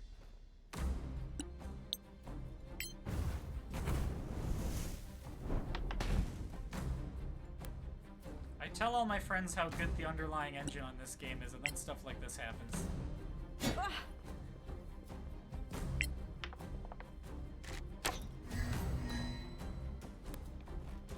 Of course she still had shields left. Of course she still had shields left. What were you thinking? She wouldn't have shields left? That was just the blur we got rid of.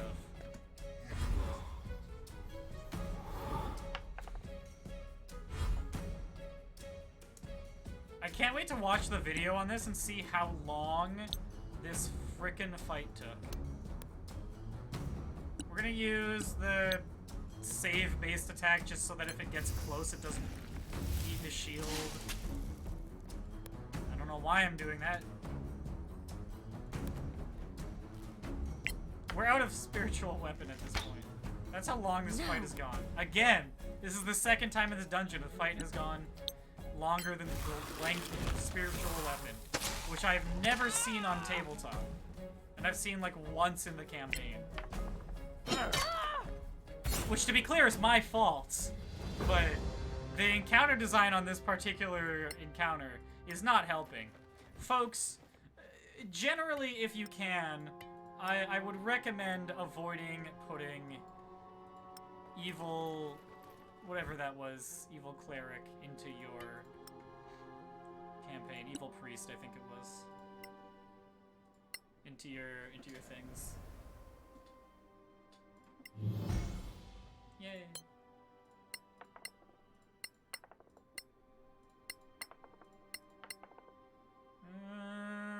Looks fine. And bam, that didn't even burn that many resources, it just took a long time. Which means we don't have to waste time doing a long rest, am I right? I'm nudging you. Are you being nudged right now? Because you are. That sentence made sense, don't analyze it. There was like another way I could have gone there, right? I literally don't remember the thing that happened in this fight. We're just gonna keep going down this path. It was years ago when there was something happening other than that fight. Another empty tomb. What the hell are they trying to do with all these corpses? You know you've been fighting corpses, right? Like, were you there during those fights when we were seeing what they were doing with all the corpses? Also, don't swear! I'm trying to do a family-friendly stream here. Kind of. Mostly. I'm allowed to, like, talk about gay sex and call myself a faggot and stuff, but otherwise, fully family-friendly stream. No H word. Research notes, dark magic, and the animation of corpses. Good notes! I realized as I started laughing about this that the idea of that was the title, but I fully understood it to be like, okay, here's my notes. Note number 1, dark magic. Jot that down. Number 2, what was it?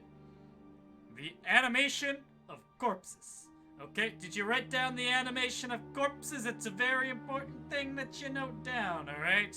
You stick with me, you take good notes, you're gonna learn a lot of things. Did you read me back your notes. Did you get dark magic?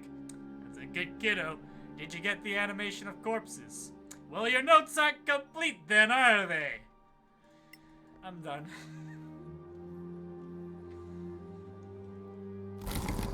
Okay. Are we just like looping around back to like around the start? Here, let's bring the map up. We're looping around, but not really to the... Oh, the crawl here was just to get through here. Okay, so it hasn't branched off. It's just like winding. Is this where I just read the research notes, or is this a different thing? That was right here, right? I don't remember if I've done this because I was so involved in my ridiculousness. So they're using corpses to make some kind of necromancy experiments? This is, these characters are supposed to represent me. It's like, you know, like the Greek chorus in the old Greek tragedies? That's the role of these, like, voice lines that the characters have. Not voice lines, just like the blurbs that point up. It, like, represents the audience. The audience is, like, figuring out, so these are necromancy experiments. And we're, like, you know, it's making sure we're, like, keeping up with where the story is going, and also making sure that, like, we know that we're being heard and everything. Like, that our understanding of what's going on is being taken into consideration. What's happening? This looped around. I already looted this.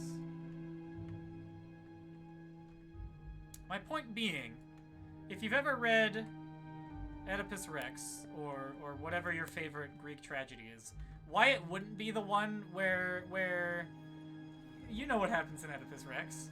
Why it wouldn't be that one is beyond. So this I do have a problem with. I'm gonna do a quick peek around. Is there like a button or something I missed? There doesn't seem to be anything interactable. It was just that the first time around I had failed this perception check.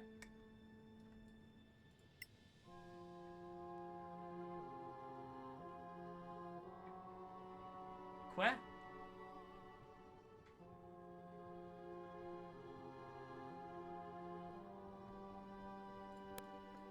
Over here? So we know that there's something over here and that you need to like be on the other side to get to it. It looks like it's Kelkahek? Is this just a mistake that it's like placed in such a way that you can't actually open it?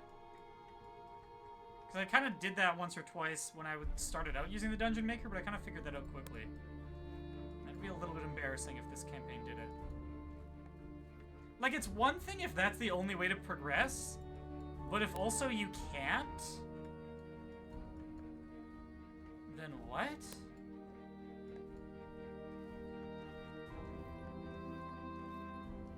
It doesn't look like I missed anything over here or anything like that. There's the hole I called.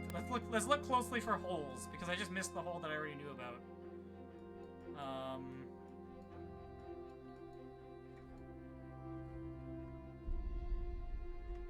I just start like clicking around to see if there are like other places to walk to that I haven't tried yet.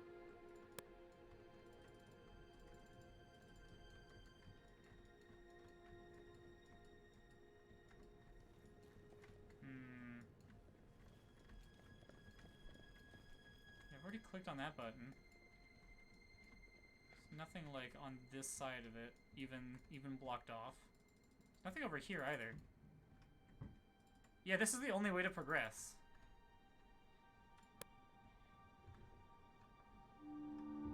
The only thing I can think of is that this is just an extra area that I found, and I'm like missing the actual way to progress. Yeah, we're gonna go back down to the previous one and take a look there. I don't know about this level design, Chief. I have gotten lost so many times. The first time was my fault, but I am beginning to feel less and less like it's just me being stupid.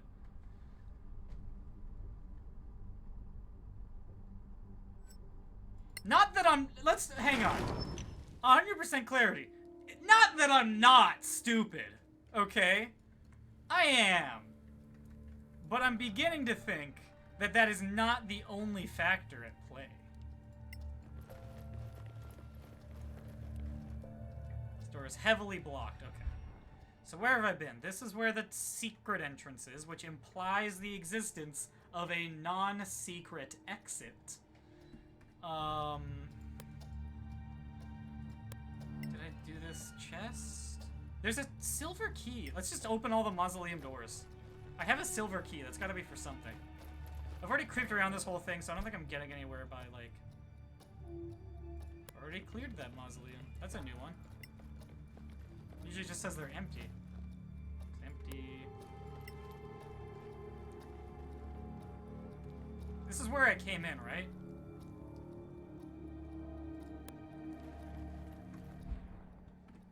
Yes. This is where I moments ago came in.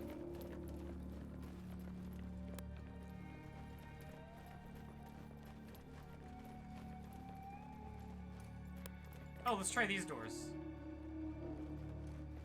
Kneel now, rise later. I'm such a fool. I am such a fool, audience. I saw the spiders crawl through here and I was gonna follow up on it, and I just forgot that I hadn't followed up on it. Remember when the spiders crawled through here? We went by here sneaking. We saw a spider and said, ah, there are spiders over there. We'll check that out. And then we came back here to rest. We weren't sneaking. The spiders attacked. And we went, okay, well, now we can take the rest. And then we just didn't do anything else. We're like, okay, well, that's the spider thing dealt with. We can see this right here. Of course that's where I'm supposed to be going. Goodness. I'm just gonna click this and see if it, like...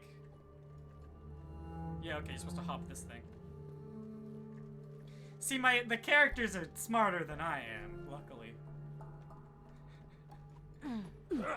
I want to see if the silver key opens this. I suspect it does.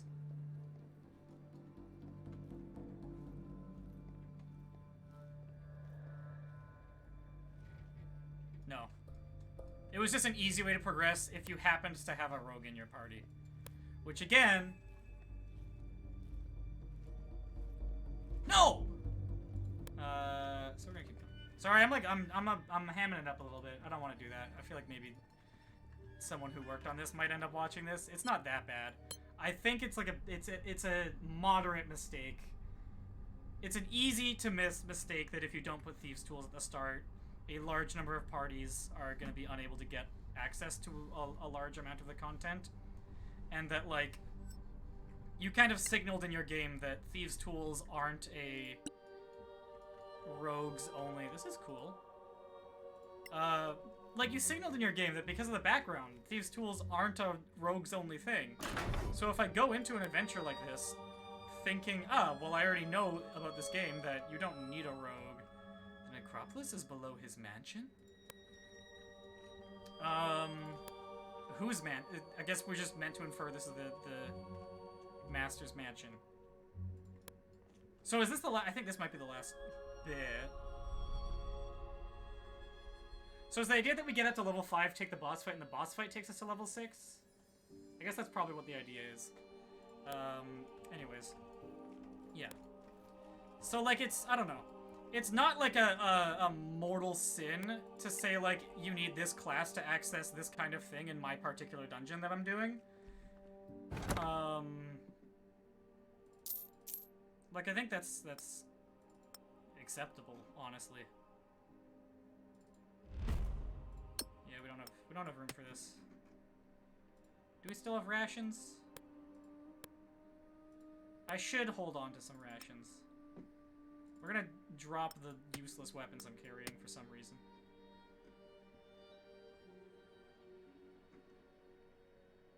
Gonna be looking out for the key to be relevant. I haven't organized my potions in a while. Let's do that. If you are making an intentional creative choice, you know, this is a dungeon designed around assuming you have a rogue. First of all, you should probably mention that. But second of all, like, power to you. That's, I am willing to accept that.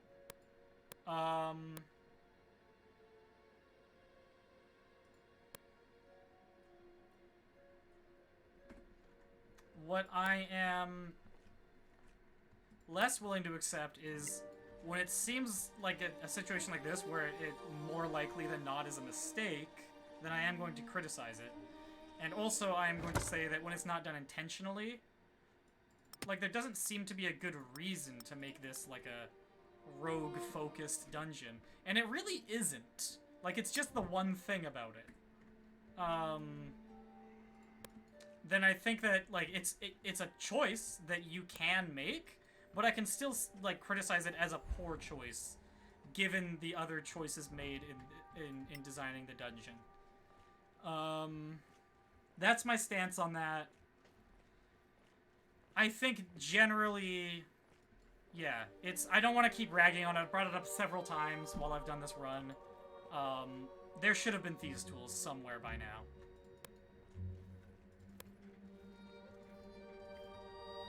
It doesn't have to be in the very first room. It doesn't have to be the first time thieves' tools are useful, like by any means. Having, you know, rewarding people who are bringing in thieves' tools, which is just rogues or people who are like visiting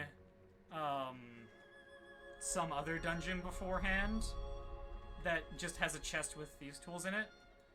Fine, you know, that makes sense. That can definitely be a thing that's worth doing. But to take the next step and like put it really late, that's maybe going a little bit too far into that, and not putting these tools at all when there's not some clear intentional thing being done with that, I think just kind of has to be a mistake. No! This is a lot of zombies. This is like a AoE check. This is a do you have like a burning hands or something? And I do.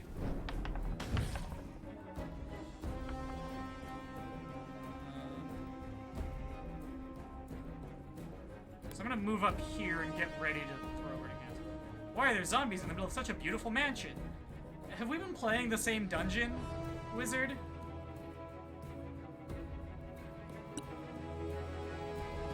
Because I thought we had been playing the same dungeon.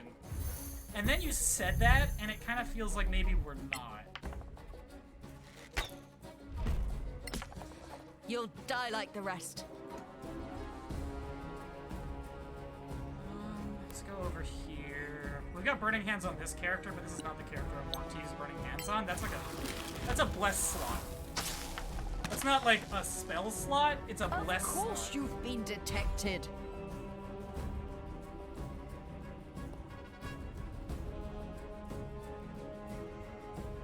I think Fighter wants to start out like here. More coming your way.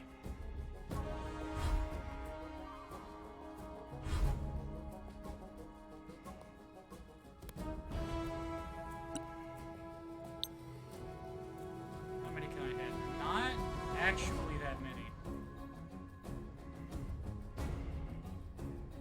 So if I like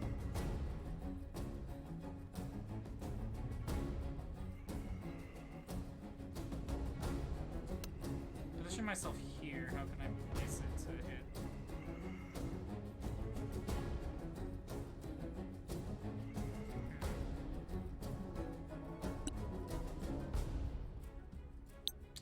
I'll do it anyways.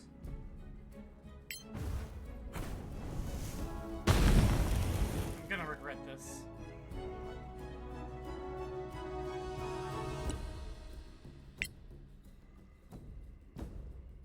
Bonk. The bonk never fails to cheer me up, no matter what's going on. Not that I need cheering up right now, but like, Take that. who doesn't want to see bonk? Who amongst you?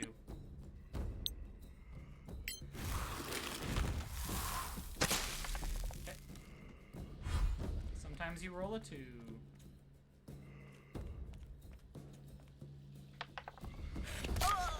You can take it. Yeah, wizard can like take hits, it's fine. I agree with that statement. We're probably disengaging though. We'll let fighter up here. And then what we wanted to do is focus down this zombie and then have fighter hold a choke point here so that only 3 are hitting him at a time. But I didn't do that.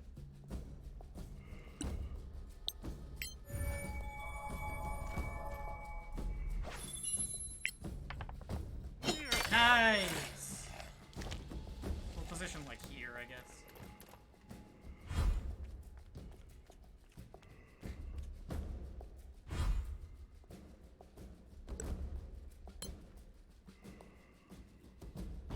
Seems obvious enough what to do here.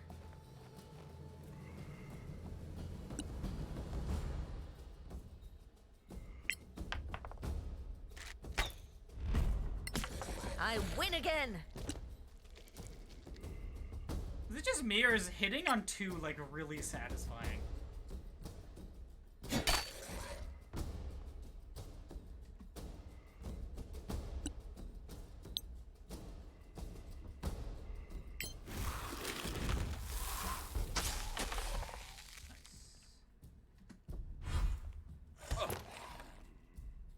Uh-oh. That was a good move from the zombie there. Now all the other zombies have advantage. Except they're spreading out. These zombies failed out of zombie strategy school.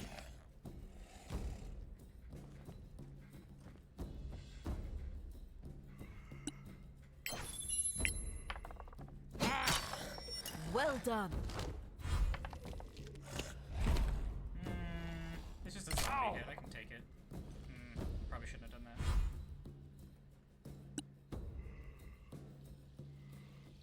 Oops. I could have, that oops was the fact that I could have done an acid splash if I was paying attention. By, like, not targeting this one yet. Celery! As they say. Yeah.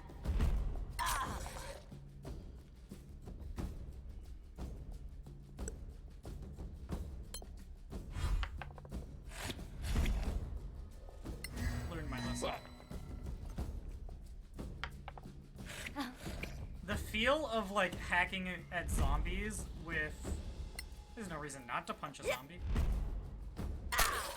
A fine stroke!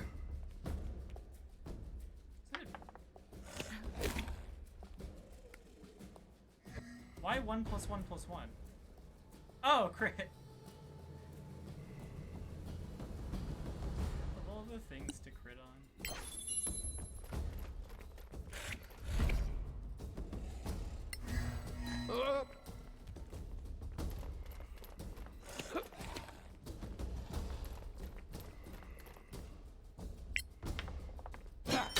You didn't get me. Man, what a waste of a spell slot. Oh, and now we don't get that. Okay, we still get the assist splash. That's still frustrating. My positioning's way worse because of that.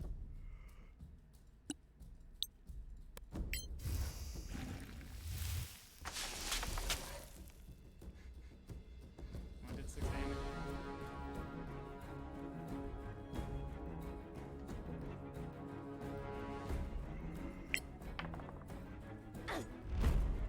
That would have been like an okay action surge. Bonk. I probably have to call it after this fight. I'm just gonna let you guys know now.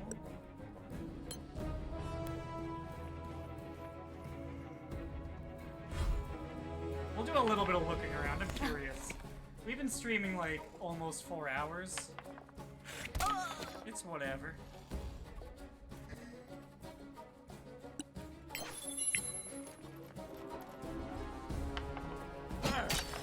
Wait till the next one.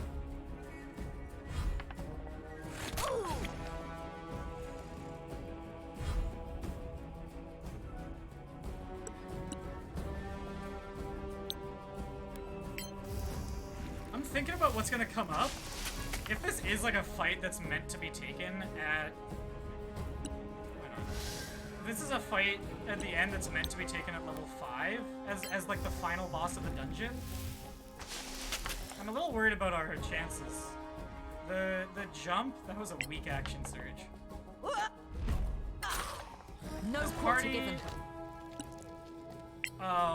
jumps more from 5 to 6 than normal parties, and less from 4 to 5 than normal parties. Because, like, the characters who mainly do damage through attacks, don't get extra attack at level 5. And that is a little bit,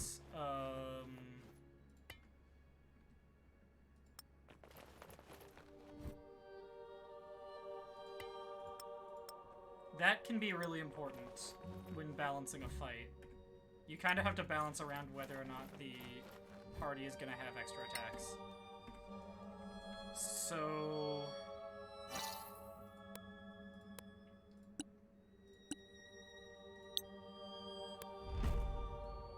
let's do like a lay on hands 10.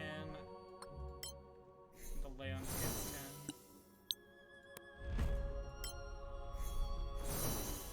And then Rogue, who doesn't really use spell slots, can just like do some movements here. Cause it's when you're a rogue, you get an alchemy, so you're healing. It's fine. It's thematic. Don't worry. I'll Okay. remember. Go back to how we were. Cast another leveled up false life, and we're good as new.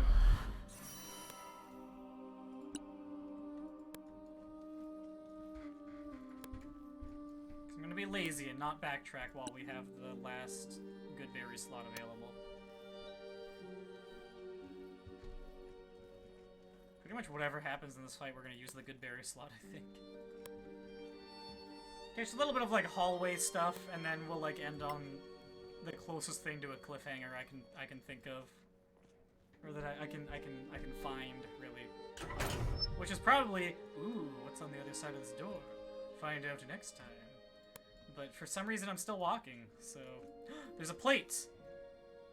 We're about to find out a little bit more about whose mansion this is and what nefarious plot it is being used for above the necropolis. And we'll find out next time at tomorrow, 3 o'clock, same URL that you're watching at now.